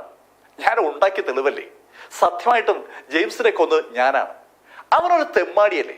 അവൻ ജീവിച്ചിരിക്കേണ്ട പോലെ കാര്യമുണ്ടോ? ഏ ഡസ്റ്റിൻ, നീ എന്റെ അനിയനെ കൊന്നിട്ട് അതിനെ ന്യായീകരിക്കുന്നു. ഹേയ് ഡാലിയ, ഞാൻ നിന്റെ അനിയനെ കൊല്ലുക മാത്രമല്ല, വേണ്ടി വന്ന നിന്നെയും കൊന്നനെ. നീ എന്നെ ജീവിക്കാൻ അനുവദിക്കാതെ എന്നെ എന്തുമാത്രം ശല്യപ്പെടുത്തുന്ന അറിയാവോ? ഡസ്റ്റിൻ റൈസിന്റെ അതുവരെയുള്ള ആ ദേഷ്യം മുഴുവൻ ഡസ്റ്റിൻ ഡാലിയയുടെ മുന്നിൽ പ്രകടിപ്പിക്കാൻ ഒരു ശ്രമം തുടങ്ങുകയാണ്. അത് കണ്ട ദേഷ്യം വന്ന ഡാലിയ പെട്ടെന്ന് ആ മേശപ്പുറത്തിരുന്ന ഒരു ഫോർക്ക് വലിച്ചെടുത്തു. ഇടാ, നിന്നെ ഞാൻ ഇപ്പൊ കൊല്ലും. അങ്ങനെ പറഞ്ഞുകൊണ്ട് അവൾ ആ ഫോർക്ക് ഡസ്റ്റിന് നേരെ കൊണ്ടുവന്നതും ഡസ്റ്റിൻ ഡാലിയുടെ കയ്യിലങ്ങ് പിടിച്ചു. കൈ പിടിച്ച് ആ ഫോർക്കം കളഞ്ഞു. അതിനുശേഷം ഡസ്റ്റിൻ പെട്ടെന്ന് ഡാലിയുടെ കഴുത്തിലേക്ക് ഒരൊറ്റ പിടി. കഴുത്തി പിടിച്ച് ഡസ്റ്റിൻ ഡാലിയെ പൊക്കിയെടുക്കുകയാണ്. ശരിക്കും ഒറ്റ കൈയിൽ ഡാലിയ നിക്കോൾസിന്റെ കഴുത്തി പിടിച്ച് ഡസ്റ്റിൻ ഇങ്ങനെ പൊക്കിയപ്പോ ഡാലിയ അലറിക്കൊണ്ട് ഡസ്റ്റിനോട് ചോദിക്കുകയാണ്, നീ എന്താ എന്നെ കൊല്ലാൻ പോകണോ? അതെ, നിന്നെ ഞാൻ കൊല്ലും. നിന്നെ കൊന്നു കഴിഞ്ഞാൽ ഈ പ്രശ്നം അവസാനിക്കുമല്ലോ. അങ്ങനെ ഡസ്റ്റിൻ ഡാലിയോട് പറഞ്ഞതും ഡാലിയ ഒന്ന് ചുമച്ചു. ഏയ്! ഡസ്റ്റിൻ പെട്ടെന്ന് ഡാലിയ താഴെ നിർത്തി. ഡസ്റ്റിൻ ഡാലിയ താഴെ നിർത്തിയതും ഡാലിയ ഡസ്റ്റിനോട് ചോദിച്ചു, ഡസ്റ്റിൻ എന്താ ഇത്? ഏയ്, നിന്റെ മുഖത്ത് നിന്ന് ഈ മൂടിയും ഇളകിപ്പോയല്ലോ. ഡസ്റ്റിൻ പെട്ടെന്ന് അങ്ങനെ പറഞ്ഞതും ഡാലിയ കൈ ഉയർത്തി അവളുടെ മുഖത്തുനിന്ന് തൊട്ടു നോക്കി. കൈ ഉയർത്തി മുഖത്ത് തൊട്ടു നോക്കി അവൾ പെട്ടെന്ന് ഒന്ന് ഞെട്ടുകയാണ്. മുഖത്ത് തൊട്ട് അവക്ക് മുഖത്ത് ഒരു കുഴപ്പമില്ലെന്ന് മനസ്സിലായ ആ നിമിഷത്തിൽ അവൾക്ക് ഒരു കാര്യം കൂടി മനസ്സിലായി. അവൾ ഡസ്റ്റിന്റെ കെണിയിൽ വീണിരിക്കുകയാണ്. ചിരിച്ചുകൊണ്ട് ആ സ്ത്രീ അവളുടെ കൈ അവളുടെ ചെവിയുടെ നേരെ കൊണ്ടുവന്നു. ചെവിയുടെ നേരെ കൊണ്ടുവന്നിട്ട് അവൾ കൈ ചെവിയുടെ പുറത്തു തൊട്ടിട്ട് ഒരു വലി. ശരിക്കും അമ്പരപ്പിക്കുന്ന ഒരു രംഗത്തിന് നമ്മൾ സാക്ഷിയാവുകയാണ്. ഡാലിയ നിക്കോൾസിന്റെ ആ മുഖം പെട്ടെന്ന് അങ്ങനെ ഇളകി മാറുകയാണ്. ഡാലിയുടെ മുഖത്തിന് പകരം അവിടെ മറ്റൊരു സ്ത്രീയുടെ മുഖം ദൃശ്യമായി. ആ മുഖംമൂടി പൂർണ്ണമായും അഴിച്ചു കളഞ്ഞ ആ സ്ത്രീ ഡസ്റ്റിനോട് ചോദിച്ചു, മിസ്റ്റർ ഡസ്റ്റിൻ, നിങ്ങൾ എങ്ങനെയാ ഞാൻ അഭിനയിക്കുകയാണെന്ന് മനസ്സിലാക്കിയത്? ഹേയ്, നിങ്ങൾ ആരാന്ന് എനിക്ക് അറിയത്തില്ല. പക്ഷേ നിങ്ങൾ ഡാലിയ അല്ലെന്ന് എനിക്ക് തുടക്കത്തിലെ മനസ്സിലായി.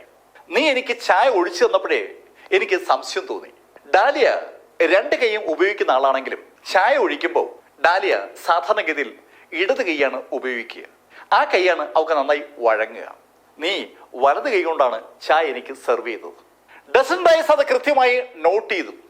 ലെഫ്റ്റ് ഹാൻഡ് കൂടുതൽ വഴങ്ങുന്ന ഡാലിയ അല്ല അയാളുടെ മേശയ്ക്ക് അപ്പുറത്ത് കണ്ടത്. രണ്ടാമത്തെ കാര്യം, നീ ഒരു പെർഫ്യൂം ഉപയോഗിച്ചിട്ടുണ്ട്. ഡാലിയ പെർഫ്യൂം ഉപയോഗിക്കുന്ന ആളേ അല്ല.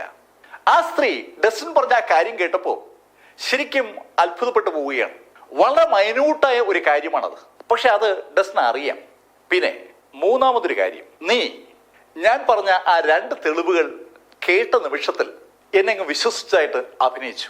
ഡാലിയ അങ്ങനെ അല്ല.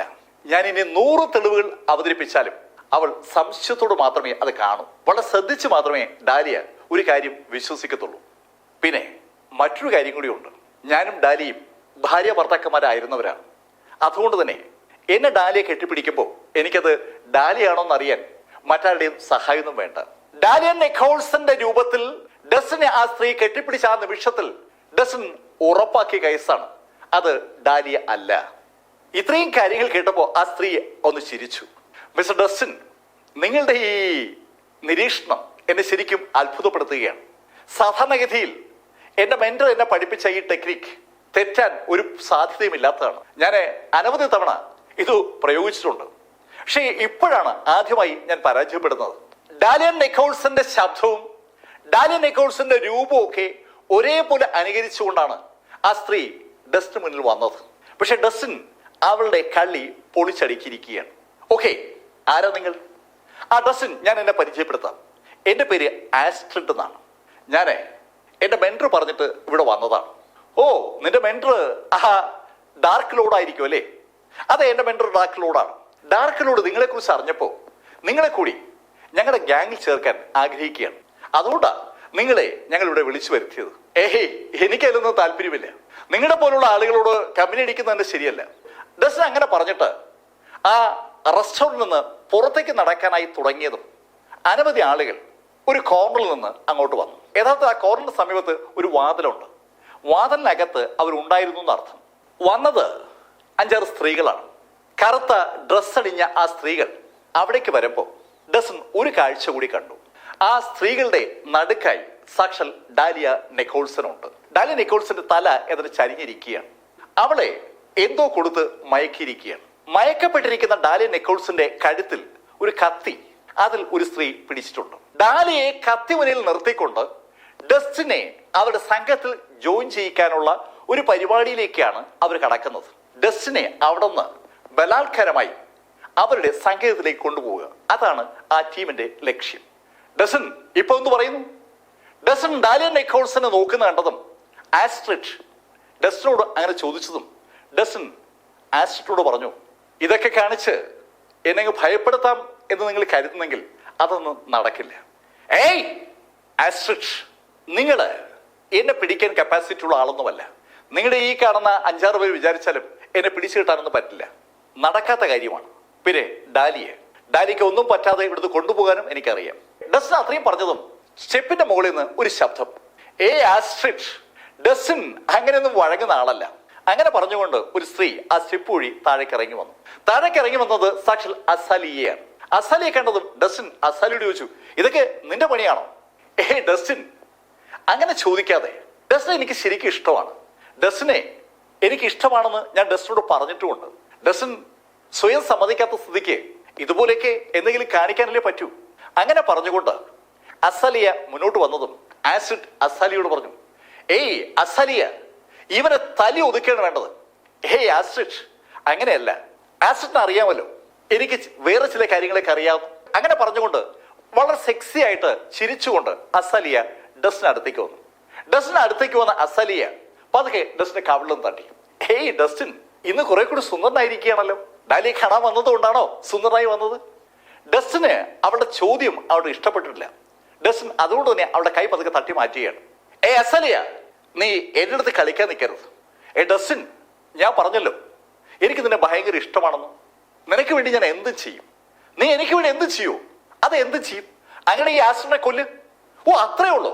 അങ്ങനെ പറഞ്ഞിട്ട് അസാലിയ പെട്ടെന്ന് അവളുടെ ഇടുപ്പിൽ നിന്ന് കത്തി വലിച്ചൊരു ഒരൊറ്റ കുത്ത്. തൊട്ട് പുറകിൽ നിന്ന് ആസിഡിന് നെഞ്ചു വഴിയ കത്തിയും കയറി ഇറങ്ങുകയാണ്. ഡസ്റ്റിന്റെ മുഖത്ത് നോക്കി ചിരിച്ചുകൊണ്ട് അസാലിയ ആസിഡിനെ നോക്കുപോലും ചെയ്യാതെ അവളുടെ കത്തി വലിച്ചൂരുകയും ആസിഡിന്റെ നെഞ്ചിലേക്ക് കുത്തി ഇറക്കുകയും ചെയ്തു. തന്റെ നെഞ്ചിലോട്ട് അതിശക്തമായി ഒരു കത്തി കയറിയപ്പോ ആസ്ട്രിഡ് ശരിക്കും ഞെട്ടി. ആസ്ട്രിഡ് അമ്പരപ്പോടെ മുന്നിൽ നിൽക്കുന്ന അസാലിയെയും കത്തിയും നോക്കുമ്പോഴേക്കും അസാലിയ തിരിഞ്ഞു ആസ്ട്രിഡിന് നേരെ. അസാലിയ, എന്താ ഇത്? പ്ലീസ് ആസ്ട്രിഡ്, എനിക്ക് ഡസ്റ്റിനെ ഒരുപാട് ഇഷ്ടമാണ്. ഡസ്റ്റിൻ നിന്നെ കൊല്ലണമെന്ന് പറഞ്ഞപ്പോ എന്റെ മെന്ററായ നിന്നെ കൊല്ലുകയല്ലാതെ എനിക്ക് എന്ത് ചെയ്യാൻ പറ്റും?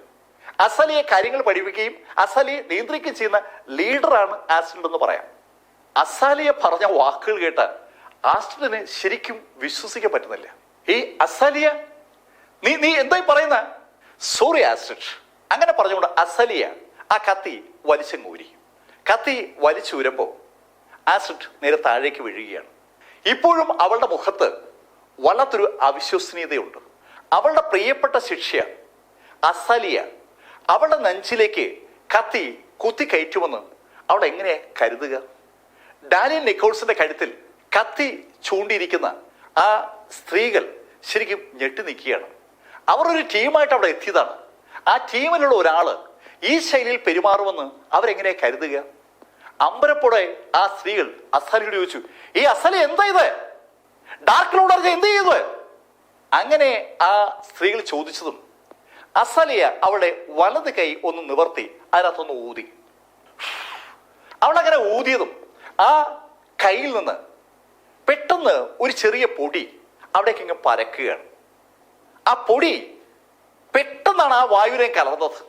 എന്താണ് സംഭവിക്കുന്നത് മനസ്സിലാക്കും മുമ്പ് ആ പൊടി ആ സ്ത്രീകൾ വലിച്ചു കയറ്റിയിരുന്നു. ഡാനിയൽ നിക്കോൾസനും ആ സ്ത്രീകളും ഒരുമിച്ച് താഴേക്ക് വീണു. ഈ നിമിഷത്തിൽ താഴെ വീണ് കിടക്കുകയായിരുന്ന ആസ്ട്രിഡ് അസാലിയോട് പറഞ്ഞു, അസാലിയ, ഇത് ഡാർക്ക് ലോർഡ് അറിയും, നിന്നെ വെച്ചേക്കില്ല. അങ്ങനെ ആസ്ട്രിഡ് പറഞ്ഞതും അസാലിയ ആസ്ട്രിഡിന്റെ അടുത്തേക്ക് കുനിഞ്ഞു. ആസ്ട്രിഡ്, അത് പറയാൻ നീ ഇനി ഉണ്ടാവണ്ട. അങ്ങനെ പറഞ്ഞുകൊണ്ട് അസാലിയ ആ കത്തി ആസ്ട്രിഡിന്റെ കഴുത്തിലൂടെ ഒരൊറ്റ വര. പെട്ടെന്ന് ആ കഴുത്ത് രണ്ടായി. ആസ്ട്രിഡിന് വിശ്വസിക്കാൻ പോലും കഴിയാത്ത ആ കാര്യം അങ്ങനെ സംഭവിച്ചു. ശരിക്കും അമ്പരപ്പിക്കുന്ന ഒരു രംഗത്തിനാണ് ഡസ്റ്റിൻ റൈസ് സാക്ഷിയായിരിക്കുന്നത്. അവിടെ നടന്ന കാര്യങ്ങൾ മനസ്സിലാക്കാതെ അത്ഭുതപ്പെട്ടു നിന്ന ഡസ്റ്റിൻ അസാലിയോട് ചോദിച്ചു, അസാലിയ, ഇതെന്താ ഇത്? അതിന് മറുപടി പറയാതെ അവൾ ഒരു ടാബ്ലറ്റ് എടുത്ത് ഡസ്റ്റിന് കൊടുത്തു. ഡസ്റ്റിൻ, ഈ ടാബ്ലറ്റ് ഡസ്റ്റിനും കഴിക്കണം, ഡാലിക്കും കൊടുക്കണം. അസാലിയ, എനിക്ക് ടാബ്ലറ്റിന്റെ ആവശ്യമില്ല. എനിക്കറിയാം ഡസ്റ്റിൻ, പക്ഷേ ഡാലിക്ക് വേണ്ടി വരും. ഡാലിയ ബോധം കെട്ട് കിടക്കുകയാണ്. അധിക നേരം അങ്ങനെ കിടന്നാൽ ഡാലിയ മരിച്ചു പോകും. ഡാലിക്ക് ടാബ്ലറ്റ് കൊടുത്താൽ അവളുടെ ശരീരത്തിലേക്ക് കയറിയിരിക്കുന്ന ആ വിഷത്തിന് പ്രതിവിഷമാവും. അങ്ങനെ അസലിയെ പറഞ്ഞപ്പോ ഡസൻ അസലിയോട് ചോദിച്ചു, ഏയ് അസലിയ, നീ എന്തിനാ എന്നെ ഇങ്ങനെ സഹായിച്ചത്? ഡസൻ, ഞാൻ പറഞ്ഞല്ലോ എനിക്ക് ഡസൻ ഒരുപാട് ഇഷ്ടമാണെന്ന്, അതുകൊണ്ട് ഞാൻ സഹായിച്ചാണ്. ഏയ് അസലിയ, എന്തായാലും ഞാൻ നിന്നോട് കടപ്പെട്ടിരിക്കുകയാണ്.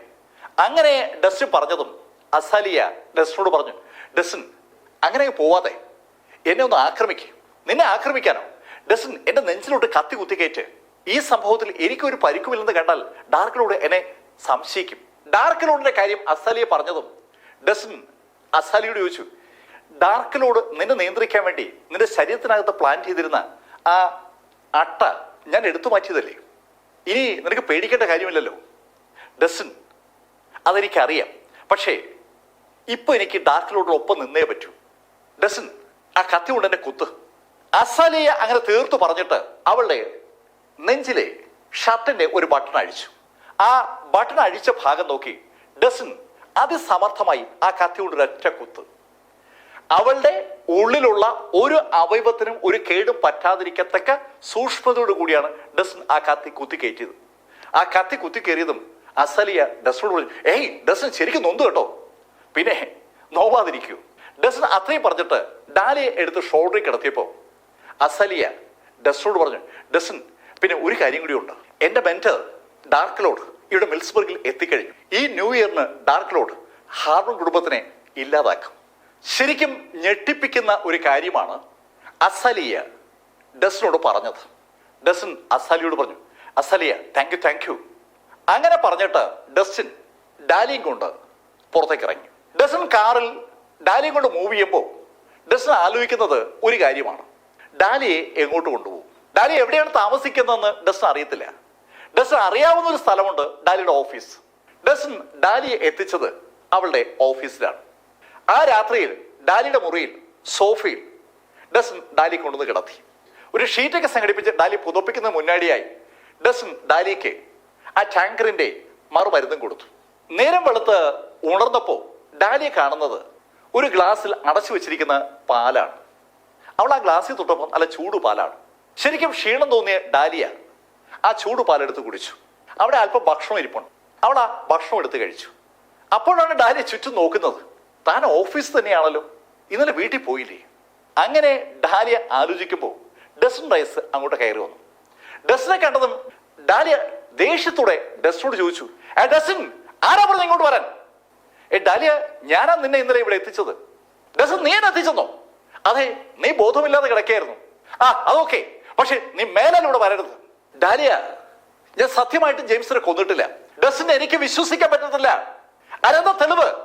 അങ്ങനെ ഡാലിയ ചോദിച്ചതും ഡസൻ തലേ ദിവസം ഡാലിയുടെ ആ ഡ്യൂപ്ലിക്കേറ്റ് ഡാലിയെ കാണിച്ച അതേ തെളിവുകൾ വീണ്ടും ഡാലിയെ കാണിച്ചു. ആ പോസ്റ്റ്മോർട്ടം റിപ്പോർട്ടും ആ നീഡിലും ഡസൻ കാണിച്ചെങ്കിലും ഡാലിക്ക് അങ്ങോട്ട് വിശ്വാസം വരുന്നില്ല. പക്ഷെ അവളുടെ മൂഡിൽ ലേശം മാറ്റമുണ്ട്.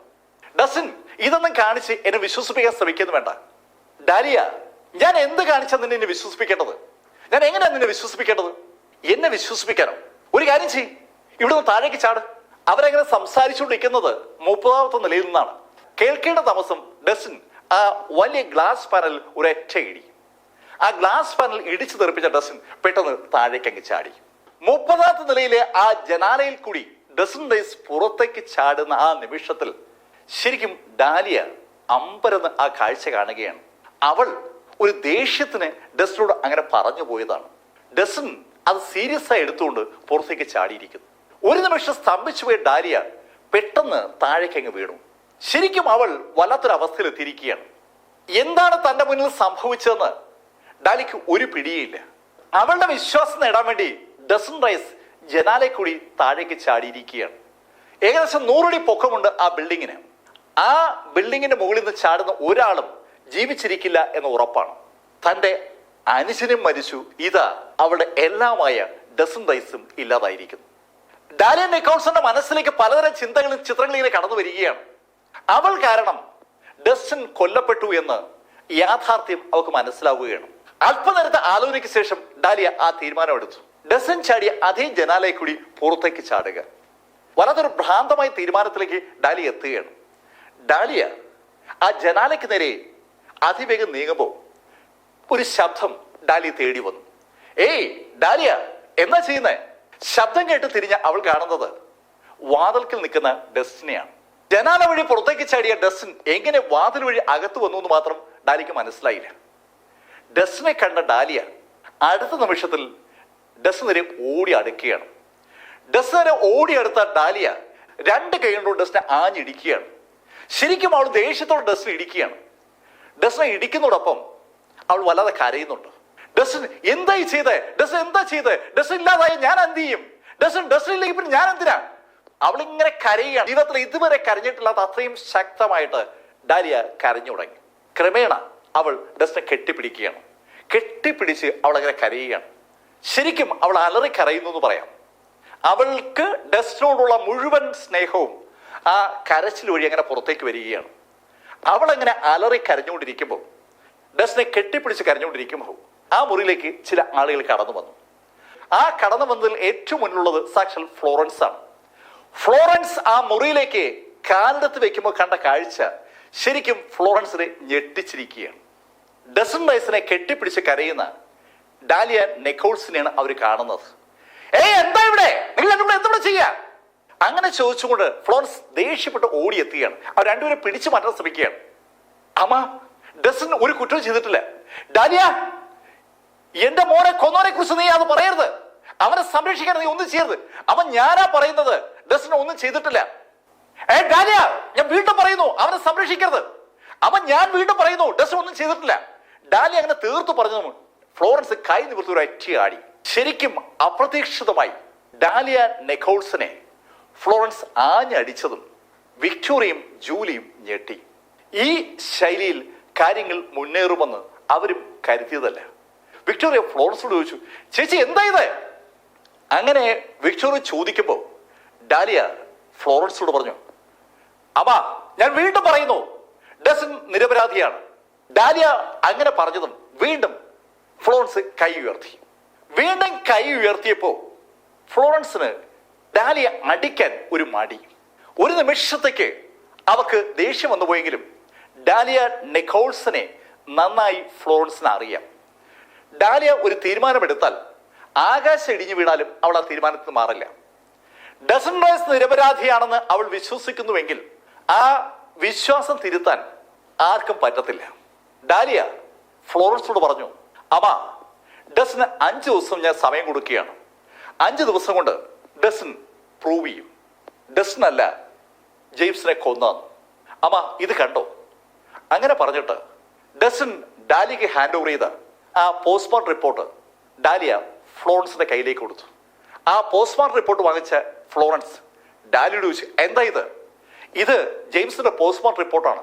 ഈ പോസ്റ്റ്മോർട്ടം റിപ്പോർട്ട് കാര്യം വ്യക്തമാക്കുകയാണ്. ജെയിംസ് കൊല്ലപ്പെട്ടത് വിഷം ഉള്ളിൽ ചെന്നിട്ടാണ്. ഡാലിയ, നീ ഇവൻ കൊണ്ടുവന്ന ഈ ഫേക്ക് ഡോക്യുമെന്റ്സ് നോക്കി വിശ്വസിക്കണോ? ഇതൊക്കെ കബളിപ്പിക്കലല്ലേ, കള്ളത്തരമല്ലേ? ഇവൻ ആകെ കള്ളനാണ്. അങ്ങനെ പറഞ്ഞുകൊണ്ട് ഫ്ലോറൻസ് ആ ഡോക്യുമെന്റ് വലിച്ചും കയറുകയാണ്.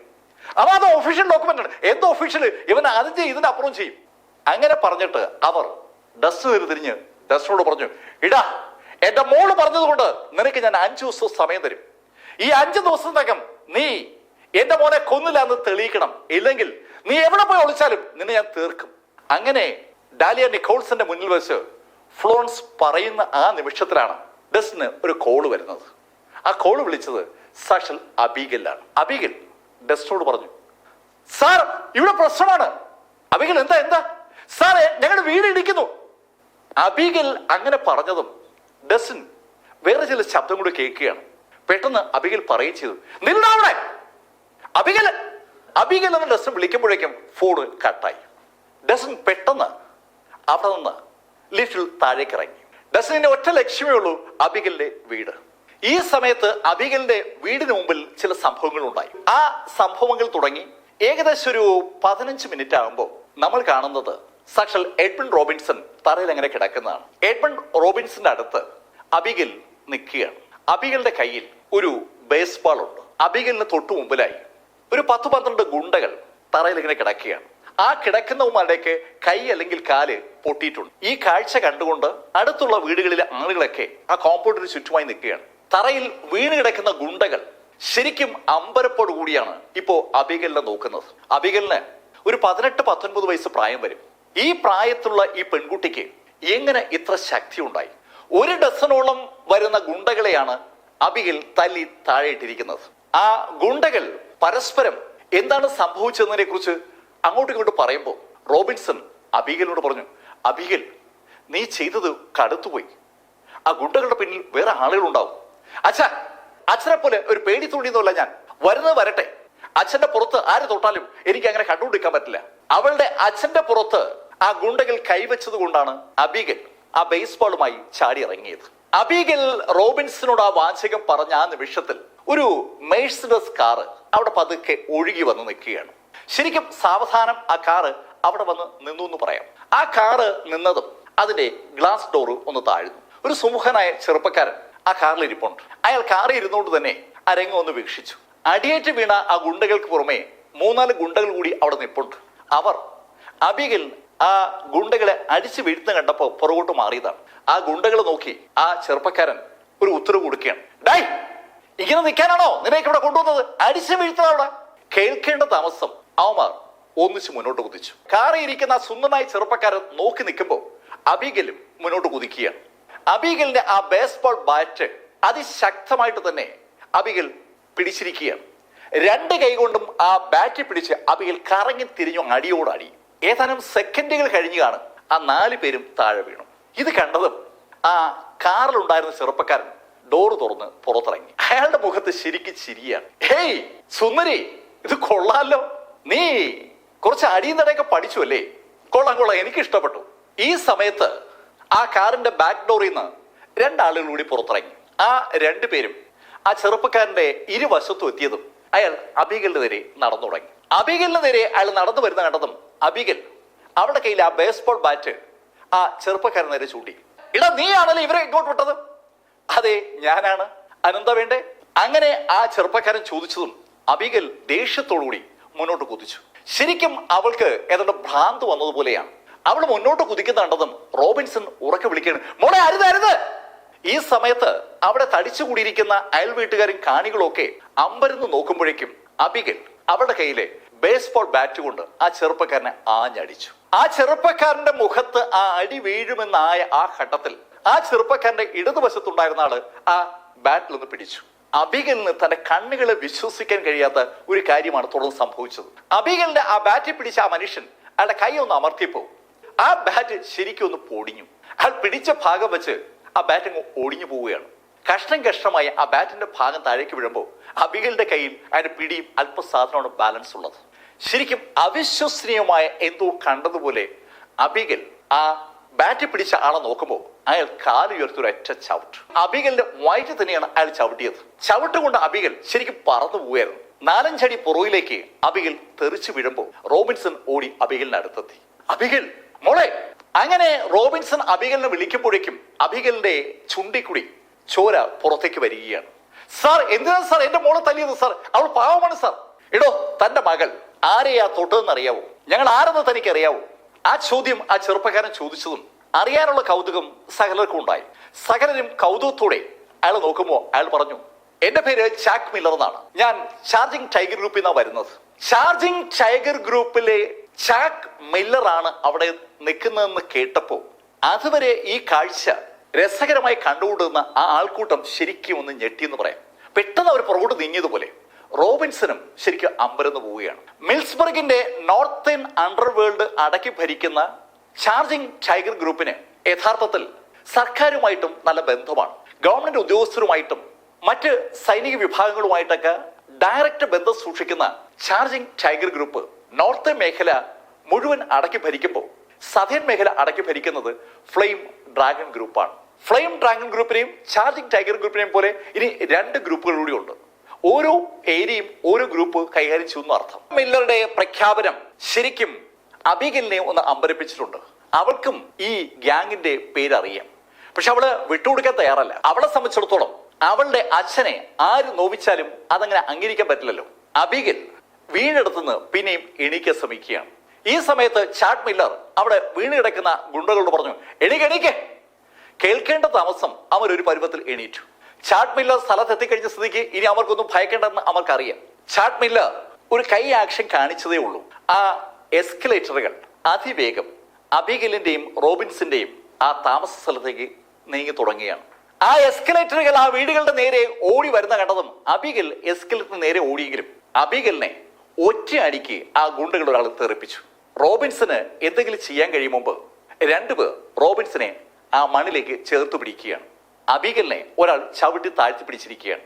അവർ രണ്ടുപേരും തറയിൽ അങ്ങനെ കമഴ്ന്നു കിടക്കുമ്പോൾ അത് സംഭവിച്ചു. രണ്ട് ഭാഗത്തു കൂടി ആ എസ്കലേറ്ററുകൾ ആ വീടിൽ തൊട്ടു തുടങ്ങിയ നിമിഷം മുതൽ ആ വീട് താഴോട്ട് വീണു തുടങ്ങുകയാണ്. ഏതാനും മിനിറ്റുകൾ കഴിഞ്ഞപ്പോൾ ആ വീട് പൂർണ്ണമായും പൊളിച്ചെടുക്കപ്പെട്ടു.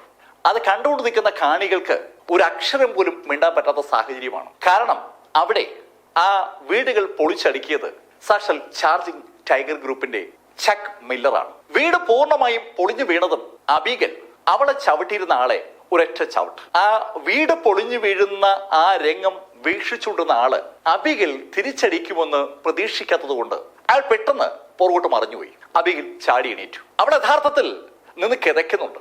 അവൾ പെട്ടെന്ന് തന്നെ അവിടെ കിടന്ന ആ മുറിഞ്ഞ ബേസ്ബോളിന്റെ ബാറ്റും എടുത്തു. ശരിക്കും ഒരു കുഞ്ഞു ബാറ്റാണ് ഇപ്പൊ അവളുടെ കയ്യിലിരിക്കുന്നത്. അവൾ ആ ബാറ്റ് പിടിച്ചുകൊണ്ട് നിന്ന് അലറുകയാണ്. ഇടാ, നിന്നെ ഞാൻ തീർക്കൂടാ. ഒരു കൊച്ചു പെൺകുട്ടി ആ ശൈലിയിൽ സംസാരിക്കുന്നുണ്ടപ്പോ ആ ചാക്ക് മില്ലർക്ക് ചിരി വരികയാണ്. ഹേയ് പെൺകുട്ടി, നീ ഈ ശൈലിയിൽ ആക്രോശം കാണിക്കേണ്ട ഒരു കാര്യവുമില്ല. നിന്റെ ഈ ആവേശമൊക്കെ നിനക്ക് കാണിക്കാൻ ഞാനൊരു സ്ഥലം തരുന്നുണ്ട്. നിന്നെ ഇന്ന് ഞാൻ കൊണ്ടുപോവുകയാണ്. ചാക്ക് മില്ലർ അത് പറഞ്ഞതും റോബിൻസൺ ചാക്കിനോട് പറഞ്ഞു, സാർ ക്ഷമിക്കണം സാർ, ഞാൻ എന്ത് വേണമെങ്കിലും തരാം സാറേ. സാർ എന്റെ മോളെ ഒന്ന് ചേരും സാർ. ശരിക്കും സങ്കടത്തോടു കൂടി കരഞ്ഞുകൊണ്ട് റോബിൻസൺ അത് പറയുന്ന കേട്ടതും അബിഗൽ ചാക്കിനോട് പറഞ്ഞു, എടാ നിന്റെ മോഹമൊന്നും നടക്കത്തില്ല, നിന്നെ ഞാൻ കൊല്ലൂടാ. വീണ്ടും അവളങ്ങനെ ദേഷ്യത്തോട് പറഞ്ഞതും ചാക്ക് നടന്ന് റോബിൻസിനടുത്തെത്തി. റോബിൻസിനടുത്ത് നടന്നെത്തിയ ചാക്ക് അയാളുടെ ആ ബോഡി ഗാർഡുകളെ ഒന്ന് നോക്കിയതും ആ ബോഡി ഗാർഡുകൾ ഒരുത്തൻ അയാളുടെ കയ്യിലെ വാള് സാവധാനം ഉയർത്തുകയാണ്. ആ വാള് അയാൾ റോബിൻസിനെ ഉയർത്തുമ്പോൾ ചാക്ക് അബിഗലിന് നേരെ നടന്നു തുടങ്ങി. റോബിൻസിനെ ആ വാളിന്റെ മുൾമുനയിൽ നിർത്തിക്കൊണ്ട് അബിഗലിനെ അവിടെ ഇട്ട് റേപ്പ് ചെയ്യാനുള്ള ഒരു ശ്രമത്തിലേക്കാണ് ചാക്ക് കടക്കുന്നതെന്ന് അത് കണ്ടുകൊണ്ട് നിൽക്കുന്ന കാണികൾക്ക് ഒരു തോന്നലുമുണ്ട്. എന്താ ഇപ്പൊ ചെയ്യുക? അബിഗലിനെ അവർക്കൊക്കെ അറിയാം. കുറെ വർഷങ്ങളായി അബിഗൽ അവിടെ താമസിക്കുന്നതാണ്. വളരെ ചെറിയ പ്രായം മുതലേ അവർക്ക് അബിഗലിനെ അറിയാം. അബിഗലിനെ രക്ഷിക്കണമെന്ന് എല്ലാവർക്കും ആഗ്രഹമുണ്ട്. പക്ഷേ അവർക്ക് ആർക്കും തന്നെ ചാർജിംഗ് ടൈഗർ ഗ്രൂപ്പിന്റെ ആ ഗുണ്ടകളെ നേരിടാനുള്ള കപ്പാസിറ്റിയുമില്ല. എന്ത് ചെയ്യണമെന്നറിയാതെ ആ ആളുകൾ അന്തപ്പെട്ട് നിൽക്കുമ്പോൾ ചാക്ക് അബിഗലിന്റെ തൊട്ടടുത്തെത്തി. ചാക്ക് അബിഗലിന്റെ പുറത്തേക്ക് പിടിക്കാൻ പോയതും അബിഗൽ അവിടെ സർവ്വശക്തിയുമെടുത്ത് ചാക്കിനെ ഒന്ന് തള്ളുകയാണ്. ചാക്കിനെ അബിഗൽ തള്ളിയപ്പോ ചാക്കിന് ശരിക്കും സന്തോഷം. ഹേയ് പെണ്ണെ, നീ കൊള്ളാലോ, നിനക്ക് ഇപ്പോഴും വീറും വാശിയോ? നീ അടങ്ങി നിന്നില്ലെങ്കിൽ ഇപ്പോ നിന്റെ അച്ഛനെ ഞാൻ കൊല്ലും. പറയേണ്ട താമസം ആ ഗുണ്ടയുടെ ബോഡി ഗാർഡ് അയാളുടെ കയ്യിലുള്ള വാള് റോബിൻസിനെ കഴുത്തിന് നേരെ താക്കുകയാണ്. പക്ഷെ ആ നിമിഷത്തിൽ തികച്ചും അപ്രതീക്ഷിതമായ ഒരു കാര്യം സംഭവിച്ചു. ഒരാള് ആ കയ്യിൽ പെട്ടെന്നങ്ങ് പിടിച്ചു. അബിഗലിനെ ശ്രദ്ധിച്ച് നിൽക്കുന്ന ചാക്ക് ആ രംഗം കണ്ടില്ല. പക്ഷേ അതിനു പകരം അയാളൊരു ശബ്ദം കേട്ടു. അയാളുടെ ബോഡി ഗാർഡ് തെറിച്ചു വീഴുന്ന ശബ്ദമാണ് അയാൾ കേട്ടത്. അയാളുടെ കൺകോണിലൂടെ അയാൾ ആ കാഴ്ച കാണുകയും ചെയ്തു. അയാളുടെ പുറകിലൂടെ ആ ബോഡി ഗാർഡ് ഇങ്ങനെ പാഞ്ഞു പോകുന്നു. എന്താണ് സംഭവിക്കുന്ന അറിയാനായി അയാൾ തിരിഞ്ഞു നോക്കുമ്പോ ഒരു ചെറുപ്പക്കാരൻ റോബിൻസിനെ പിടിച്ചെണീപ്പിക്കുകയാണ്. ഏയ് ആരാ നീ? അങ്ങനെ ചാക്ക് ചോദിക്കുമ്പോ അബിഗൽ ആ ചെറുപ്പക്കാരനെ കണ്ടു. സാർ സാർ എത്തിയോ സാർ? അങ്ങനെ പറഞ്ഞുകൊണ്ട് അബിഗൽ ഓടി ഡസൻ അടുത്തെത്തി. ഡസൻ അബിഗലിനോട് പറഞ്ഞു, ഏയ് അബിഗൽ ഭയപ്പെടണ്ട, ഞാനുണ്ടല്ലോ. ഡസൻ റയസ് സ്ഥലത്തെത്തിയപ്പോ അബിഗലിന്റെ മുഖത്ത് സന്തോഷമായി. ഇനി അവൾക്കൊന്നും ഭയക്കേണ്ട കാര്യമില്ല. അങ്ങനെ അവൾക്ക് തോന്നിയതും ചാക്ക് അയാളുടെ ബോഡി ഗാർഡുകളോട് പറഞ്ഞു, ആരാ അവൻ? അവൻ അടിച്ചോടിക്ക്. കേൾക്കേണ്ട താമസം ആ രണ്ട് ബോഡി ഗാർഡുകളും ഡസ്റ്റിന് മുന്നിലേക്ക് കുതിച്ചെത്തുകയാണ്. നേരത്തെ ഡസ്റ്റിൻ അതിലൊരു ബോഡി ഗാർഡിന്റെ കൈ പിടിച്ച് ദൂരേക്ക് എടുത്തെറിഞ്ഞതാണ്. പക്ഷെ ആ സമയത്ത് ഡസ്റ്റിന്റെ വരവ് ശ്രദ്ധിക്കാത്തത് കൊണ്ട് അവനൊന്നും ചെയ്യാൻ പറ്റാത്തതാണ്. ഇപ്പോ അവൻ മുന്നിൽ ഡസ്റ്റിനെ കാണുകയാണ്. ആ രണ്ട് ഗുണ്ടകളും ഡസ്റ്റിന് നേരെ കുതിച്ചെത്തിയ കാര്യം അവർക്ക് രണ്ടുപേർക്കും അറിയാം. പക്ഷെ അടുത്ത നിമിഷത്തിൽ അവർക്ക് എന്താണ് സംഭവിച്ചത് ഒരു പിടിയില്ല. രണ്ടുപേരുടെ വയറ്റിൽ ഒരേ സമയത്ത് ഡസ്റ്റിനെ ഇടിക്കുകയായിരുന്നു. ഡസ്റ്റിനെ ഇടത് കൈ കൊണ്ടും വലത് കൈ കൊണ്ടുള്ള ഓരോ പഞ്ചിൽ ആ രണ്ട് ഗുണ്ടകളും ആകാശത്തോട് അങ്ങനെ പറന്ന് ആ എസ്കലേറ്ററുകൾ ഇടിച്ച് താഴേക്ക് വീണു. ഡസൻ മനഃപൂർവ്വം അവരെ എസ്കലേറ്റർ നേരെ ഇടിച്ചാണെന്ന് വ്യക്തം.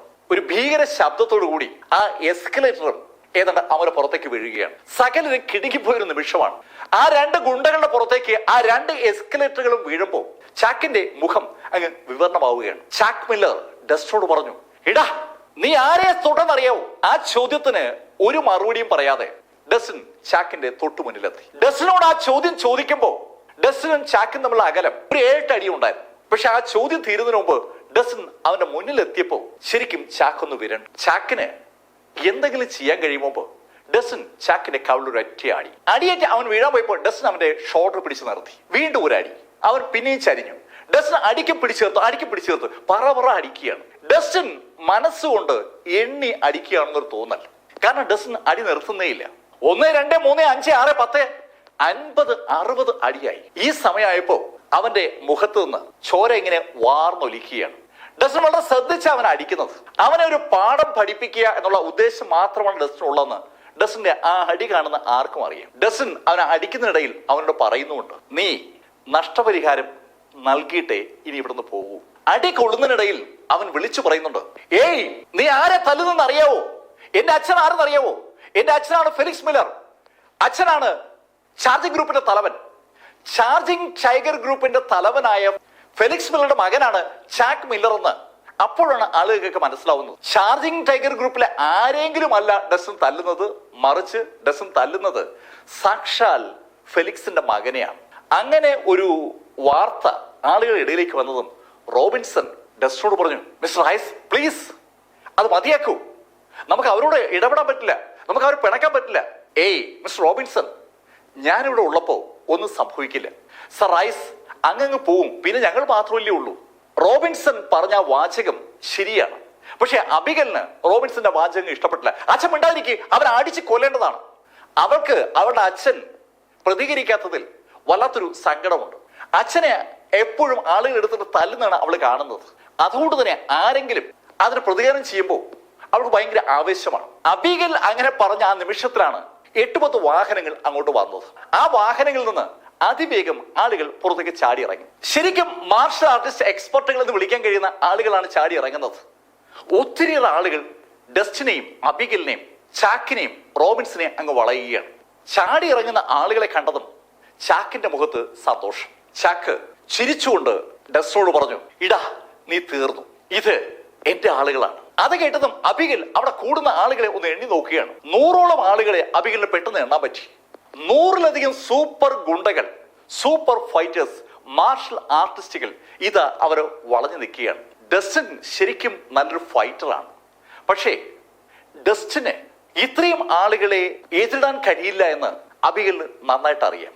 അബിഗൽ പെട്ടെന്ന് ഡസ്റ്റിനോട് പറഞ്ഞു, സാർ അങ്ങനെ രക്ഷപ്പെട്ടോളൂ, ഇവരെ ഞാൻ നോക്കിക്കോളാം. അങ്ങനെ പറഞ്ഞിട്ട് അവൾ പെട്ടെന്ന് അവളുടെ കയ്യിലിരുന്ന ആ കുഞ്ഞ് ബേസ്ബോളിന്റെ ആ ഒടിഞ്ഞ ബാറ്റുമായി ഡസ്റ്റിന് മുന്നിലേക്ക് കയറി നിൽക്കുകയാണ്. ഡസ്റ്റിനെ എന്ത് വില കൊടുത്തും അവൾ സംരക്ഷിക്കും. അതാണ് അവളുടെ തീരുമാനം. കാരണം അവൾ വിളിച്ചിട്ടാണ് ഡസ്റ്റിൻ അവിടേക്ക് വന്നത്. അവൾ കാരണം ഡസ്റ്റിന് എന്തെങ്കിലും സംഭവിക്കുന്നതിനെ കുറിച്ച് അവൾക്ക് ആലോചിക്കാൻ പറ്റില്ല. അതുകൊണ്ട് ഡസ്റ്റിനെ പ്രൊട്ടക്ട് ചെയ്യാനായി അവൾ അവളുടെ ജീവൻ തന്നെ കൊടുക്കാൻ സന്നദ്ധയായി ഡസ്റ്റിന് മുന്നിൽ കയറി നിന്നതും ഡസ്റ്റിൻ അബിഗലിനോട് പറഞ്ഞു, ഹേ അബിഗൽ, അതൊന്നും വേണ്ട, യുവമാരൊന്നും എനിക്കൊരു വിഷയമല്ല. ഡസ്റ്റിൻ അത് പറയുമ്പോഴേക്കും കാറിൽ നിന്ന് ഒരാൾ കൂടി പുറത്തിറങ്ങി. ആ ആള് പുറത്തിറങ്ങുമ്പോൾ ശരിക്കും ഒരു അമാനുഷ്യൻ പുറത്തിറങ്ങുന്ന ആ ഫീല് അവിടെ ഉണ്ടാവുകയാണ്. അയാൾ കണ്ടതും അവിടെ നിൽക്കുന്ന ആൾക്കൂട്ടമൊക്കെ അറിയാതെ പറഞ്ഞു പോവുകയാണ്, സർ ഫെലിക്സ്. ചാർജിംഗ് ടൈഗർ ഗ്രൂപ്പിന്റെ തലവനായ സാക്ഷാൽ ഫെലിക്സിനെ ഇതാ രംഗത്തെത്തിയിരിക്കുകയാണ്. ഫെലിക്സിനെ കണ്ടതും ചിക്ക് ഓടി ഫെലിക്സിന് അടുത്തേക്ക് നീങ്ങി. അച്ഛാ എന്ന് വിളിച്ചുകൊണ്ടാണ് അവൻ ഓടി ചെല്ലുന്നത്. ഓടി വരുന്ന ചിക്കിനെ കണ്ട ഫെലിക്സ് ശരിക്കും വല്ലാതെ ഞെട്ടിയെന്ന് പറയാം. അയാൾ ആദ്യമായിട്ടാണ് ആ ശൈലിയിൽ മകനെ കാണുന്നത്. അവന്റെ മുഖം മുഴുവൻ അടിച്ച് പൊളിച്ചിരിക്കുകയാണ്. അടിയുടെ ഡസൻ കണക്കിന് പാടുകൾ അവന്റെ മുഖത്ത് കാണാം. മുഖം മുഴുവൻ വിരലുകൾ തെളിഞ്ഞു നിൽക്കുകയാണ്. മോനെ, ആരാ തന്നെ എങ്ങനെ ചെയ്തത്? അച്ഛാ ദേ അവനാണ് അച്ഛാ. അങ്ങനെ പറഞ്ഞുകൊണ്ട് ചിക്ക് ഡസിന് നേരെ വിരൽ ചൂണ്ടി. ആരാ എന്റെ മോനെ തൊട്ടത്? അങ്ങനെ ചോദിച്ചുകൊണ്ടാണ് ഫെലിക്സ് മില്ലർ ചിക്കിന്റെ വിരൽ ചൂണ്ടിരിക്കുന്ന ഭാഗത്തേക്ക് നോക്കിയത്. ചിക്ക് വിരൽ ചൂണ്ടിരിക്കുന്ന ഭാഗത്തേക്ക് ഫെലിക്സിന്റെ കണ്ണുകൾ എത്തുമ്പോൾ ഫെലിക്സ് അവിടെ കാണുന്നത് ഡസൻ റൈസിനെയാണ്. ഡസൻ റൈസിന്റെ മുഖത്തേക്ക് നോക്കിയ ഫെലിക്സ് മില്ലർ പെട്ടെന്ന് ശരിക്കും ഒരു സ്റ്റാച്ചു പോലെ അയാൾ നിന്നു പോവുകയാണ്. അയാളുടെ ശ്വാസം നിലച്ചു പോവുകയാണ്. അയാളുടെ കണ്ണുകൾ അനങ്ങുന്നില്ല. അയാൾ അമ്പരപ്പോടുകൂടി ഡസൻ റൈസിനെ തന്നെ ഇങ്ങനെ നോക്കുകയാണ്. ഈ ഡസൻ റൈസിനെ അയാൾ തലേ ദിവസം കണ്ടതാണ്. സാക്ഷാൽ ടെറി ഡോയലിനെ ഡസ്റ്റിൻ പരാജയപ്പെടുത്തുമ്പോൾ ആ സ്റ്റേജിന് മുന്നിൽ ഫെലിക്സ് ഉണ്ടായിരുന്നു.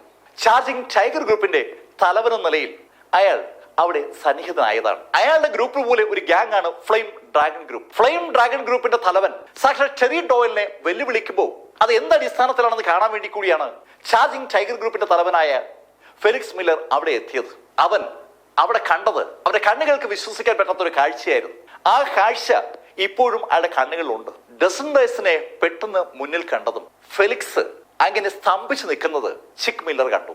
ചിക്ക് അവന്റെ അച്ഛനോട് പറഞ്ഞു, അച്ഛൻ എന്താ വെച്ചാൽ നോക്കിക്കുന്ന, അവനെ അടിച്ചു കൊല്ലാൻ പറയച്ച. ചിക്ക് അത് പറഞ്ഞതും പെട്ടെന്ന് ഫെലിക്സിന് എന്നിട്ട് ബോധം വന്ന പോലെയാണ്. ഫെലിക്സ് തിരിഞ്ഞ് കൈ നിവർത്തി ഒരു അറ്റിയ ആടി. ചിക്കിന്റെ മുഖം അടച്ചാണ് ആ അടി വീണത്. അടിയേറ്റ് ചിക്ക് കറങ്ങി കറങ്ങി താഴെ വീണു. താഴെ വീണ അവൻ തല ഉയർത്തി അച്ഛനോട് ചോദിക്കണം, അച്ഛ എന്തിനാ അച്ഛൻ എന്നെ അടിച്ച? ഡസൻ റൈസിനെ അടിക്കുന്നതിന് പകരം അവനെ എന്തിനാ അടിച്ചു എന്നാണല്ലോ ചോദ്യം. ചിക്കിനോട് മറുപടി പറയാതെ അല്പം മുന്നോട്ട് നീങ്ങിയ ഫെലിക്സ് ഡസ്റ്റിന് മുന്നിലെത്തി പെട്ടെന്ന് താഴേക്ക് കുനിഞ്ഞ് മുട്ടുകുത്തി. സാക്ഷാൽ ഫെലിക്സ് മില്ലർ ഡസൻ റൈസിന്റെ മുന്നിൽ മുട്ടുകുത്തുമ്പോ അബിഗൽ വല്ലാതെ വാ പൊളിച്ച് നിൽക്കുകയാണ്. അവൾക്ക് വിശ്വസിക്കാൻ പറ്റാത്ത ഒരു കാഴ്ചയാണ് അവളിതാ കാണുന്നത്. അവൾക്ക് മാത്രമല്ല, ഫെലിക്സിനൊപ്പം എത്തിയ ആ 100 അംഗ ടീമിനും വിശ്വസിക്കാൻ പറ്റുന്നില്ല. ചാർജിങ് ടൈഗർ ഗ്രൂപ്പിന്റെ തലവൻ ഫെലിക്സ് മില്ലർ വല്ലാത്തൊരു അഭിമാനിയും ശരിക്കും അഹങ്കാരമുള്ള ആളുമൊക്കെയാണ്. പക്ഷെ അയാൾ ഇതാ ഒരാൾക്ക് മുന്നിൽ സാഷ്ടാംഗം നമസ്കരിക്കുന്നു എന്ന് പറഞ്ഞാൽ എന്താ പറയുക? അയാൾ മുട്ടുകുത്തി നിന്ന് തല കുനിച്ച് ഡസ്റ്റിനെ വണങ്ങിക്കൊണ്ട് ഡസ്റ്റിനോട് പറയുകയാണ്, സർ അറിയാതെ പറ്റിപ്പോയതാണ്, സർ ക്ഷമിക്കണം ക്ഷമിക്കണം ക്ഷമിക്കണം. ആവർത്തിച്ച് ആവർത്തിച്ച് അയാൾ പറയുന്ന ഒരേ വാചകമാണ്, ക്ഷമിക്കണം ക്ഷമിക്കണം. ഇപ്പോ ഞെട്ടിയുടെ കൂട്ടത്തിൽ ഡസ്റ്റിനും ഉണ്ട്. ഡസ്റ്റിന് എന്താണ് സംഭവം ഒരു പിടിയില്ല. ഈ കാഴ്ച കണ്ടുകൊണ്ട് നിൽക്കുന്ന അയൽ വീട്ടുകാരായ ഒരുപാട് ആളുകളുണ്ട്.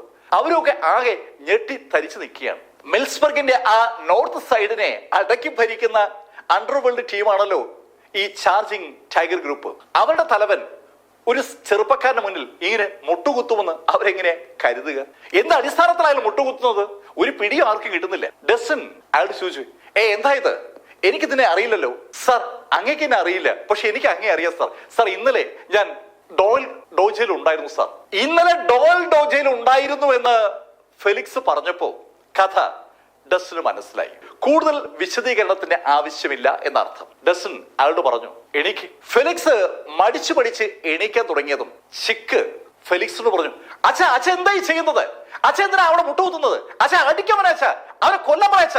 ദേഷ്യം വന്ന ഫെലിക്സ് ചാടി എണീറ്റ് ചിക്കിന്റെ പുറത്ത് തലങ്ങും വിലങ്ങും അടിക്കുകയാണ്. അടിയേറ്റ് ചിക്ക് താഴെ വീണു. അവന് തീരെ അങ്ങോട്ട് വിശ്വസിക്കാൻ പറ്റുന്നില്ല. അച്ഛ അച്ഛ എന്തിനാ അച്ഛ എന്നെ തല്ലുന്നത്? ആരാ അച്ഛ അയാൾ? ഇടാ അതാണ് ഫ്ലെയിം ഡ്രാഗൺ ഗ്രൂപ്പിന്റെ ലീഡർ. അച്ഛാ ഇടാ അയാളാണ്ട ചെറിയ തോപ്പിച്ചത്. ചെറിയ ഡോയൽ എന്താണെന്നും ആരാണെന്നും ചിക്ക് മില്ലർക്ക് അറിയാം. ഫ്ലെയിം ഡ്രാഗൺ ഗ്രൂപ്പിന്റെ ലീഡർ കഴിഞ്ഞ ദിവസങ്ങളിൽ ഉണ്ടാക്കിയെടുത്ത പേരും എന്താണെന്ന് ചിക്കിന് അറിയാം. ആ യാഥാർത്ഥ്യം അറിയാവുന്ന ചിക്ക് പെട്ടെന്ന് ഒരു അക്ഷരം പോലും ഇണ്ടാതെ ഡസ്റ്റിന് മുന്നിൽ വന്ന് മുട്ടുകുത്തുകയാണ്. മുട്ടുകുത്തിക്കൊണ്ട് അവൻ പറ അവന്റെ കൈ ഉപയോഗിച്ച് അവന്റെ പുറത്തിനെ അടിച്ചു തുടങ്ങി. ഡസ്റ്റിന് അവനെ 100 തവണ അടിക്കുമെന്ന് പറഞ്ഞുകൊണ്ടാണ് അടിച്ചു തുടങ്ങിയത്. 50-ലധികം തവണ അടിച്ചപ്പോഴാണ് ആ കാറുകൾ വന്നത്. അവിടെ വെച്ച് ഡസ്റ്റിന് അടി നിർത്തിയെന്ന് അവൻ അറിയാം. അതുകൊണ്ട് തന്നെ അവൻ ബാക്കി അടി സ്വയം അടിക്കുകയാണ്. അതും ശക്തമായിട്ടാണ് അടിക്കുന്നത്. എന്നോട് ക്ഷമിക്കണം, എന്നോട് ക്ഷമിക്കണം, എനിക്ക് തെറ്റുപറ്റിയതാണ്, എനിക്ക് തെറ്റുപറ്റിയതാണ്, എന്നോട് ക്ഷമിക്കണം. അങ്ങനെ പറഞ്ഞുകൊണ്ടാണ് അയാൾ അടിക്കുന്നത്. ഈ നിമിഷത്തിൽ ഡസ്റ്റിന് മുന്നിൽ മുട്ടുകുത്തി നിൽക്കുന്ന ഫെലിക്സിനോടായി ഡസ്റ്റിൻ പറഞ്ഞു, ഞാനല്ല നിങ്ങളോട് ക്ഷമിക്കേണ്ടത്. കേൾക്കേണ്ട താമസം ഫെലിക്സ് ഓടി റോബിൻസിന്റെയും അബിഗലിന്റെയും മുന്നിലെത്തി. അവർ രണ്ടുപേരെ ആ ഗ്രൂപ്പിന്റെ അകത്തുള്ളൂ. ബാക്കിയുള്ള ആളുകളൊക്കെ ഫെലിക്സിന്റെ ടീമിന് പുറത്തായതുകൊണ്ട് ആരെയാണ് ഡസ്റ്റിൻ ഉദ്ദേശിക്കുന്നതെന്ന് വ്യക്തമാണല്ലോ. ഫെലിക്സ് അബിഗലിന്റെയും റോബിൻസിന്റെ മുന്നിൽ മുട്ടുകുത്തിയിട്ട് അവരോട് മാപ്പ് പറയാണ്. ക്ഷമിക്കണം ക്ഷമിക്കണം, എന്നോട് ക്ഷമിക്കണം, ഞങ്ങളോട് ക്ഷമിക്കണം. അങ്ങനെ പറഞ്ഞുകൊണ്ട് അയാൾ തല തറലിട്ടിരിക്കാൻ തുടങ്ങി. ഈ സമയത്തും ചിക്ക് അവന്റെ കവിളിൽ ആഞ്ഞടിച്ചുകൊണ്ടിരിക്കുകയാണ്. ഈ കാഴ്ചയുടെ അർത്ഥം ഇവര് വളഞ്ഞു നിൽക്കുന്ന ആ ഗ്യാങ്ങിന്റെ പുറത്ത് നിൽക്കുന്ന നാട്ടുകാർക്കോ അവിടെ മനസ്സിലാകുന്നില്ല. എന്താണ് ഈ സംഭവിക്കുന്നത്? അച്ഛനും മകനും വട്ടായോ? ആ ചോദ്യം പലരുടെ മനസ്സിലേക്ക് വരുന്നുണ്ട്. പക്ഷെ ആ ചോദ്യം ചോദിക്കാനുള്ള ധൈര്യം ആർക്കുമില്ല. തല തറയിലിട്ടിരിക്കുന്ന ഫെലിക്സിനോടായി റോബിൻസ് പറഞ്ഞു, സാർ ഹലോ സാർ, എന്താ സാർ അങ്ങ് എന്തായി കാണിക്കുന്നത്? എണീക്ക് സാർ. അങ്ങനെ റോബിൻസ് പറഞ്ഞിട്ടും ഫെലിക്സ് മതിയാക്കാതെ തലയിട്ടിരിക്കുകയാണ്. നിങ്ങൾ എന്നോട് ക്ഷമിക്കണം. അങ്ങനെ അയാൾ ആവർത്തിച്ച് പറഞ്ഞതും റോബിൻസൺ ഫെലിക്സിനോട് പറഞ്ഞു, ഓക്കെ ഞാൻ ക്ഷമിച്ചിരിക്കുന്നു.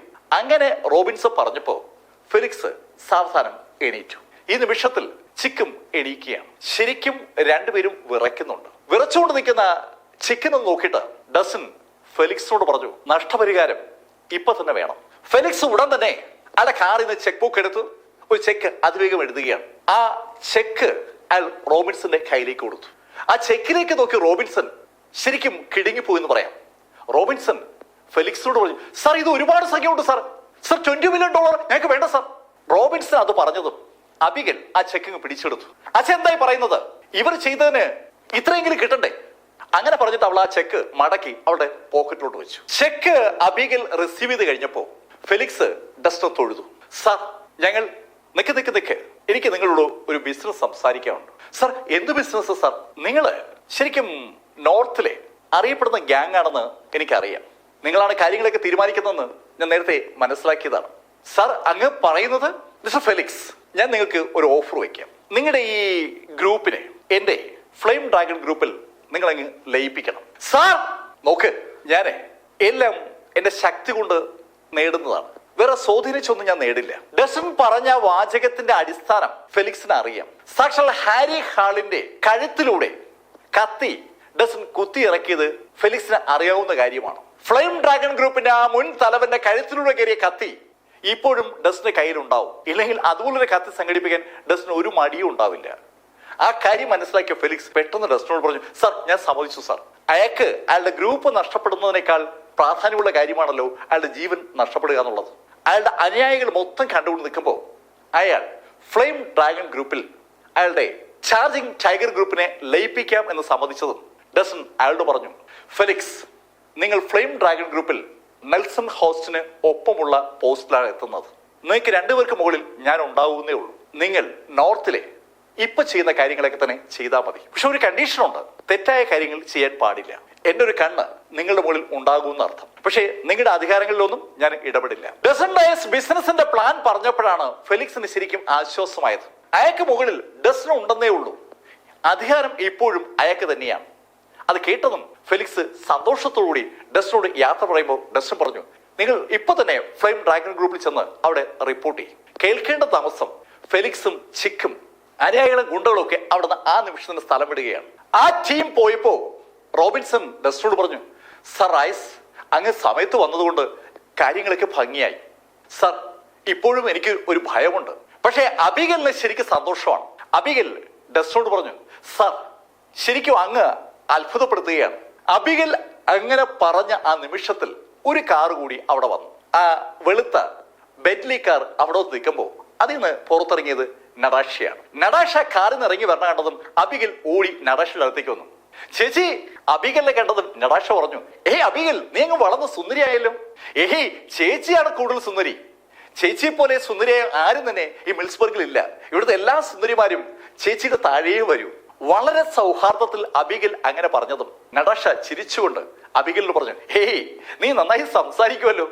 അപ്പോഴാണ് അവളുടെ കണ്ണുകൾ ഡസൻ വയസ്സിൽ പറഞ്ഞത്, ഡസൻ എപ്പോഴാണ് എത്തിയത്? നടാഷ ഞാനിപ്പോ എത്തിയതേ ഉള്ളൂ. കുശലാന്വേഷണങ്ങൾ കഴിഞ്ഞപ്പോ നടാഷ റോബിൻസണോട് പറഞ്ഞു, മിസ്റ്റർ റോബിൻസൺ നിങ്ങളും അബിഗലും എനിക്കൊപ്പം വരണം. കുറച്ചു ദിവസം ഹാർമൺ എസ്റ്റേറ്റിൽ താമസിക്കാം. മിസ്റ്റർ നടാഷ അത് ശരിയാവില്ല. നോക്കൂ മിസ്റ്റർ റോബിൻസൺ, പണ്ട് നിങ്ങൾ ഞങ്ങളടുത്ത് താമസിച്ചിട്ടുള്ളതല്ലേ? അതെ അച്ഛാ നമുക്ക് പോവാം. അച്ഛൻ വന്നാലില്ലെങ്കിൽ ഞാൻ പോവും. ഹാർമൺ എസ്റ്റേറ്റ് അബിഗലിന് ഇഷ്ടമുള്ള പ്ലേസ് ആണ്. കുഞ്ഞുനാളിൽ അവൾ കുറെ ദിവസം ഹാർമൺ എസ്റ്റേറ്റിൽ ഉണ്ടായിരുന്നു, അവളുടെ അച്ഛൻ റോബിൻസണൊപ്പം. ആ ഓർമ്മകൾ അവൾക്ക് ഇപ്പോഴും ഉണ്ട്. അന്ന് അവൾ നടാഷയ്ക്കും റൂത്തിനൊപ്പം ആ എസ്റ്റേറ്റ് മുഴുവൻ കറങ്ങി നടന്നിട്ടുണ്ട്. നടാഷയുടെ ഹാർമൺ എസ്റ്റേറ്റിൽ അബിഗൽ എത്തുമ്പോൾ അബിഗലിന്റെ പ്രായം 8 ആണ്. 8 വയസ്സുകാരിയായ ആ പെൺകുട്ടിക്ക് ഇപ്പോഴും ആ വീടും പരിസരങ്ങളും ഒക്കെ നല്ല ഓർമ്മയാണ്. അബിഗൽ തീർത്തു പറഞ്ഞതോടുകൂടി റോബിൻസൺ അവസാനം സമ്മതിച്ചു.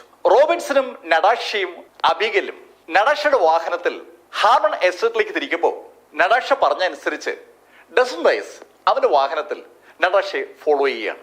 അല്പസമയം കഴിഞ്ഞപ്പോ ആ വാഹനങ്ങൾ ഹാർമൺ എസ്റ്റേറ്റിലെത്തി. അബിഗലിനും റോബിൻസണും താമസിക്കാനുള്ള മുറിയൊക്കെ അറേഞ്ച് ചെയ്ത് കൊടുത്തതിന് ശേഷം നടാഷ ഡസനോട് പറഞ്ഞു, ഡസൻ അച്ഛൻ ഡസനെ കാത്തിരിക്കുകയാണ്. മിസ്റ്റർ ഹെക്ടർ എന്നെ കാത്തിരിക്കുന്നു. എന്തിനാ? ഡസൻ ചിലപ്പോ നമ്മുടെ വിവാഹം തീരുമാനിക്കാനാണെങ്കിലും. നടാഷ നീ അതും പറയാതെ. എന്താ ഡസൻ ഇപ്പോഴും ഡാലി തന്നെയാണ് മനസ്സിലുള്ളത്? ഡാലിയ നെക്കോൾസൺ ഡസന്റെ മനസ്സിലുണ്ടെന്ന് നടാഷയ്ക്ക് അറിയാം. ഡാലിയെ അവിടുന്ന് ഇറക്കി വിട്ടിട്ടാണ് അവർക്ക് കയറി പറ്റാൻ. നടാഷ ഡാലിയുടെ വിഷയം കൊണ്ടുവന്നതും ഡസൻ പെട്ടെന്ന് വിഷയം തിരിച്ചു. നടാഷ, നമുക്ക് നിന്റെ അച്ഛനെ കാണാം. ഡസൻ റൈസും റൂത്തും നടാഷ ഹാർമണും ജെസ്സിക്കയൊക്കെ ഇപ്പോ ഹെക്ടർ അടുത്തിരിക്കുകയാണ്. ഹെക്ടർ ഡസനോട് ചോദിച്ചു, ഡസൻ നടാഷയോട് ഡാർക്കിലോട് ഈ ന്യൂ ഇയറിൽ നമ്മുടെ കുടുംബത്തെ ആക്രമണം നടത്തുമെന്ന് പറഞ്ഞല്ലോ, എന്താ സംഭവം, എങ്ങനെ ആ കാര്യം അറിഞ്ഞത്? മിസ്റ്റർ ഹെക്ടർ, ഞാൻ വളരെ രഹസ്യമായി അറിഞ്ഞൊരു കാര്യമാണ്.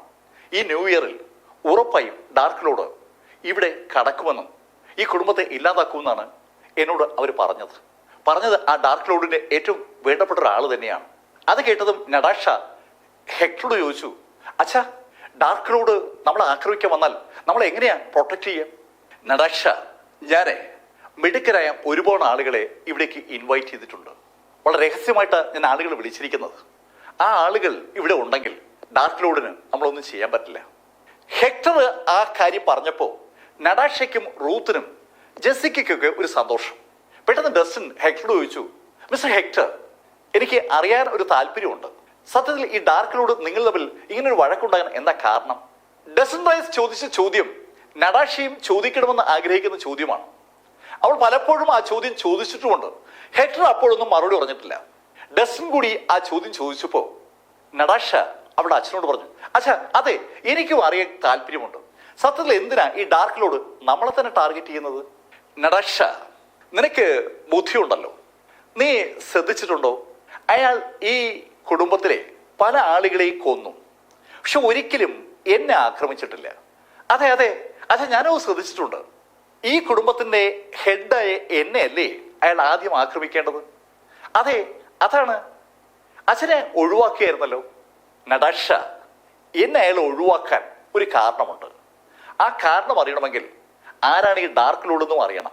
ഹെക്ടർ ആ കഥ പറഞ്ഞു തുടങ്ങിയാണ്. നടാഷ, യഥാർത്ഥത്തിൽ ഈ ഡാർക്ക് ലോഡ് നമ്മുടെ കുടുംബാംഗമാണ്. അച്ഛാ, അതെ നടാഷ, ഈ ഡാർക്ക് ലോഡ് ഒരു ഹാർമണാണ്. ജെസ്സിക്കയും റൂത്തും ഡസൻ റൈസും നടാഷയും ഹെക്ടർ പറഞ്ഞ ആ കാര്യം കേട്ടപ്പോൾ ശരിക്കും അവിശ്വസനീയമായ എന്തോ കേട്ടതുപോലെ ഹെക്ടറുടെ മുഖത്തേക്ക് നോക്കുമ്പോൾ ഹെക്ടറുടെ മുഖത്ത് ഒരു പുഞ്ചിരി വിരിഞ്ഞു. നിങ്ങൾക്ക് വിശ്വസിക്കാൻ പറ്റുന്നില്ല അല്ലേ? സത്യമായിട്ടും ഈ ഹാർമൺ കുടുംബം പണ്ട് ഒരു വലിയ സംഭവമായിരുന്നു. ശരിക്കും ഒരുപാട് ഏരിയകൾ അടക്കി ഭരിച്ചിരുന്ന വലിയൊരു രാജ കുടുംബമായിരുന്നു ഈ ഹാർമൺ കുടുംബം. അന്ന് ഈ ഹാർമൺ കുടുംബത്തിൽ 3 സഹോദരന്മാരുണ്ടായിരുന്നു. ആ 3 സഹോദരന്മാരുടെയും അച്ഛൻ ശരിക്കും വലിയൊരു പണക്കാരനും രാജാവുമായിരുന്നു. അദ്ദേഹത്തിന്റെ സ്വത്ത് ഒരു വലിയ നിധിയാക്കി മാറ്റി. ആ നിധി ഒരു സ്ഥലത്ത് സൂക്ഷിച്ചിരിക്കുകയാണ്. ആ നിധി വെച്ചിരിക്കുന്ന സ്ഥലം ആരും അറിയാൻ പാടില്ല. പക്ഷേ എന്തെങ്കിലും ആവശ്യം വന്നാൽ ആ നിധി എടുക്കുകയും വേണം. അതുകൊണ്ട് അദ്ദേഹം ആ നിധി ഇരിക്കുന്ന സ്ഥലത്തിന്റെ ഒരു മാപ്പ് തയ്യാറാക്കി. എന്നിട്ട് ആ മാപ്പിനെ 3ആയി മുറിച്ചു. ആ 3 മാപ്പ് 3 മക്കൾക്കായി കൊടുത്തു. അവരോട് അദ്ദേഹം പറഞ്ഞു, നിങ്ങൾ ഒരു കാരണവശാലും ഈ മാപ്പ് കൂട്ടി യോജിപ്പിക്കരുത്. ഈ സ്വത്ത് നിങ്ങൾക്ക് വേണ്ടി വരില്ല. ഏതെങ്കിലും കാലഘട്ടത്തിൽ നമ്മുടെ കുടുംബത്തിന് ഈ സ്വത്ത് ആവശ്യം വരും. ഇപ്പോ നിങ്ങൾക്ക് ഇതിന്റെ ആവശ്യമില്ല. ആ കാലഘട്ടത്തിൽ മാത്രം ഈ മാപ്പുകൾ കൂട്ടി യോജിപ്പിക്കണം. നിങ്ങൾ 3 പേരും നിങ്ങളുടെ അനന്തര തലമുറയ്ക്ക് ഈ മാപ്പ് ഹാൻഡ് ഓവർ ചെയ്ത് പോകണം. അങ്ങനെ ആ രാജാവ് തീരുമാനിച്ച് പറഞ്ഞ് മാപ്പ് തയ്യാറാക്കി. ആ 3 മാപ്പ് 3 മക്കൾക്ക് കൊടുത്തു. ആ മക്കളുടെ അനന്തര തലമുറകൾ വഴി ആ മാപ്പ് അങ്ങനെ ഫോളോ ചെയ്ത് പോവുകയാണ്. അതിൽ ഒരു മാപ്പ് ഇപ്പോ എന്റെ കൈവശമുണ്ട്. അടുത്ത അനന്തരാവകാശിക്ക് ഞാൻ ആ മാപ്പ് കൈമാറുകയും ചെയ്യും. ഹെക്ടർ അത്രയും പറഞ്ഞതിന് ശേഷം ഡസ്റ്റനെയും നടാഷയും ഒന്ന് നോക്കിയിട്ട് നടാഷയോട് പറഞ്ഞു, നടാഷ, ഈ കുടുംബത്തിന്റെ അടുത്ത അനന്തര അവകാശിയാകാനുള്ളത് നീയാണ് ഭാവിയിൽ ആ മാപ്പ് സൂക്ഷിക്കേണ്ടത്. അച്ഛാ, എനിക്ക് ആ മാപ്പൊന്നും വേണ്ട, എനിക്ക് അനന്തര അവകാശിയാകുകയും വേണ്ട. അവൾക്ക് ആകെയുള്ള സ്വപ്നം ഡസ്റ്റനെ ഒന്നിച്ച് കഴിയാന്നുള്ളതാണ്. അവള് ആ ശൈലിയിൽ ഹെക്ടറോട് പറഞ്ഞപ്പോൾ ഹെക്ടർ ചിരിച്ചുകൊണ്ട് ഡസ്റ്റനോട് പറഞ്ഞു, ഞാന് ബാക്കി 2 മാപ്പിന്റെ കഥ പറഞ്ഞില്ലല്ലോ. ആ 2 മാപ്പ് 2 കുടുംബങ്ങളിലായി. ആ കുടുംബങ്ങൾ കാലക്രമേണ ദൂരേക്ക് അങ്ങ് മാറിപ്പോവുകയായിരുന്നു. എത്രയോ തലമുറകൾക്ക് മുമ്പാണ് ഇത് സംഭവിച്ചത്. അതിൽ ഒരു കുടുംബം ഏതാണ്ട് പൂർണ്ണമായി ഇല്ലാതായി. ആ 2ാമത്തെ കുടുംബത്തിൽ ഒരാൾ മാത്രം അവശേഷിക്കുന്നുണ്ട്. ആ അവശേഷിക്കുന്ന ആള് അതാണ് ഡാർക്ക് ലോഡ്. 3ആയി പിരിഞ്ഞ ഹാർമൺ കുടുംബത്തിലെ ഒരു അംഗം അതാണ് ഡാർക്ക് ലോഡ്. ഡാർക്ക് ലോഡ് യഥാർത്ഥത്തിൽ ആ 3 മാപ്പിനെയും സംഘടിപ്പിക്കാനുള്ള ശ്രമത്തിലാണ്.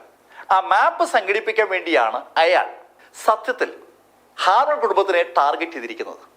ഈ ന്യൂ ഇയറിൽ അയാൾ ഹാർമൺ കുടുംബത്തിലേക്ക് വരാൻ പോകുന്നതും ആ മാപ്പിന് വേണ്ടിയാണ്. ആ കഥ ഹെക്ടർ പറഞ്ഞപ്പോൾ കൂട്ടർക്കും ഏതാണ്ട് മനസ്സിലായി. ഹെക്ടർ ഇത്രയും കഥ പറഞ്ഞപ്പോഴാണ് ജോഷ് അങ്ങോട്ട് വന്നത്. ഹാർമൺ കുടുംബത്തിന്റെ മാനേജർ ജോഷ് ഹെക്ടറോട് പറഞ്ഞു, മിസ്റ്റർ ഹെക്ടർ, ചില അതിഥികൾ വന്നിട്ടുണ്ട്, അവർ അങ്ങേ കാണാൻ ആഗ്രഹിക്കുന്നു. ഓക്കെ, അവരോട് വരാൻ പറ.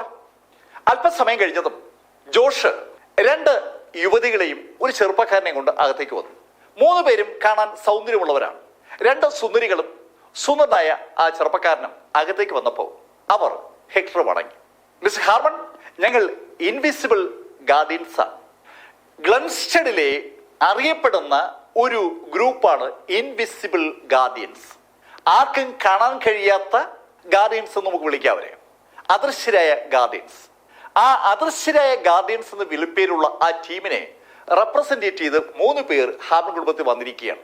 ഇൻവിസിബിൾ ഗാർഡിയൻസിന്റെ സഹായം ഹാർമൺ തേടിയിട്ടുണ്ട്. അതുകൊണ്ടാണ് 3 പേര് വന്നത്. ആ 3 പേരെയും ഒന്ന് സൂക്ഷിച്ചു നോക്കിയിട്ട് ഹാർമൺ അവരോട് ചോദിച്ചു, ഹലോ, നിങ്ങളുടെ മാസ്റ്റർ വന്നില്ലേ? മിസ്റ്റർ ഹാർമൺ, അദ്ദേഹം വരും, ഞങ്ങൾ നേരത്തെ അയച്ചു എന്നേ ഉള്ളൂ. പിന്നെ നിങ്ങളുടെ ആവശ്യത്തിന് ഞങ്ങൾ മതിയാകുമെന്നുള്ളതാണ് സത്യം. ഞാൻ എന്നെ പരിചയപ്പെടുത്താം. ഇൻവിസിബിൾ ഗാർഡിയൻസിന്റെ 1-ാം നമ്പർ പോരാളിയാണ് ഞാൻ. എൻ്റെ പേര് കാലിസ് എന്നാണ്. കാലിസ് അത് പറഞ്ഞതും ആ കൂടെയുള്ള യുവതികളും സ്വയം പരിചയപ്പെടുത്തുകയാണ്. ഞാൻ ഇൻവിസിബിൾ ഗാർഡിയൻസിലെ 2-ാം നമ്പർ പോരാളിയാണ്. എൻ്റെ പേര് മായ. ഞാൻ ഇൻവിസിബിൾ ഗാർഡിയൻസിലെ 3-ാം നമ്പർ പോരാളിയാണ്. എൻ്റെ പേര് ദിയ. മായയും ദിയയും കാലിസും അവരെ സ്വയം പരിചയപ്പെടുത്തിയപ്പോൾ കാലിസിന്റെ കണ്ണുകൾ നടാക്ഷയിൽ തന്നെ പതിഞ്ഞിരിക്കുകയാണ്. നടാക്ഷയുടെ മുഖത്ത് നോക്കിക്കൊണ്ട് കാലിസ് ഹെക്ടറോട് പറഞ്ഞു, മിസ്റ്റർ ഹെക്ടർ, ന്യൂ ഇയർ വരാൻ ഇനിയും 3 ദിവസമുണ്ട്. ഞാൻ നേരത്തെ വന്നത് നിങ്ങളേക്കൊന്ന് പരിചയപ്പെടാൻ വേണ്ടിയാണ്. സത്യത്തിൽ എനിക്ക് വിവാഹപ്രായം ആയി നിൽക്കുകയാണ്. ഞാൻ അനുയോജ്യയായ ഒരു പെൺകുട്ടിയെ തേടി നടന്നതാണ്. ഞാൻ ഇവിടേക്ക് വരുമ്പോൾ ഞാൻ മിസ്റ്റർ ഹെക്ടറെ കുറിച്ച് ഒന്ന് തിരക്കിയിരുന്നു. മിസ്റ്റർ ഹെക്ടർക്ക് 2 പെൺകുട്ടികളാണല്ലേ? അതെ, എനിക്ക് 2 പെൺകുട്ടികളാണ്. മിസ്റ്റർ ഹെക്ടർ, ഞാൻ നിങ്ങളുടെ മൂത്ത മകളെ വിവാഹം കഴിച്ചാൽ കൊള്ളാമെന്ന് ആഗ്രഹിക്കുകയാണ്. ആ മുറിയിലേക്ക് അയാൾ വന്നിട്ട് 5 മിനിറ്റ് ആകും മുമ്പ് കാലിസ് വിവാഹാലോചന മുന്നോട്ട് വയ്ക്കുകയാണ്. ഈ സംഭാഷണം കേട്ട നടാക്ഷയും റൂത്തും ശരിക്കും അമ്പരപ്പോടെ മുഖത്തോട് പോയി നോക്കുമ്പോൾ ഹെക്ടർ കാലിസിനോട് പറഞ്ഞു, മിസ്റ്റർ കാലിസ്, അതിന് ഞാനല്ല മറുപടി പറയേണ്ടത്, എൻ്റെ മകളാണ് മറുപടി പറയേണ്ടത്. അങ്ങനെ ഹെക്ടർ പറഞ്ഞതും കാലിസ് നടാക്ഷയ്ക്ക് നേരെ തിരിഞ്ഞു. നടാക്ഷയ്ക്ക് നേരെ തിരിഞ്ഞു എന്ന് മാത്രമല്ല, അയാളുടെ കോട്ടിന്റെ പോക്കറ്റിൽ കരുതിയിരുന്ന ഒരു റോസാ പുഷ്പം പുറത്തെടുക്കുകയും ചെയ്തു. അയാൾ മുട്ടുകാലിൽ സ്റ്റൈലായിട്ട് നടാക്ഷയ്ക്ക് നേരെ ആ പൂ ചൂണ്ടി നടാക്ഷയോട് പറഞ്ഞു, ഐ ലവ് യു നടാക്ഷ, ഞാൻ നിങ്ങളെ വിവാഹം കഴിക്കട്ടെ. കഥയുടെ ഈ ഭാഗം ഞാനിവിടെ അവസാനിപ്പിക്കുന്നു. അടുത്ത ഭാഗവുമായി അടുത്ത ദിവസം നമുക്ക് വീണ്ടും കാണാം. ഇതുവരെ ഡസൻ ഡൈസിന്റെ കഥ നിങ്ങളോട് പറഞ്ഞത് എം ലൈഫിൽ നിന്ന് BS ചന്ദ്രമോഹൻ. കമന്റുകൾ ചെയ്യുക. Thank you.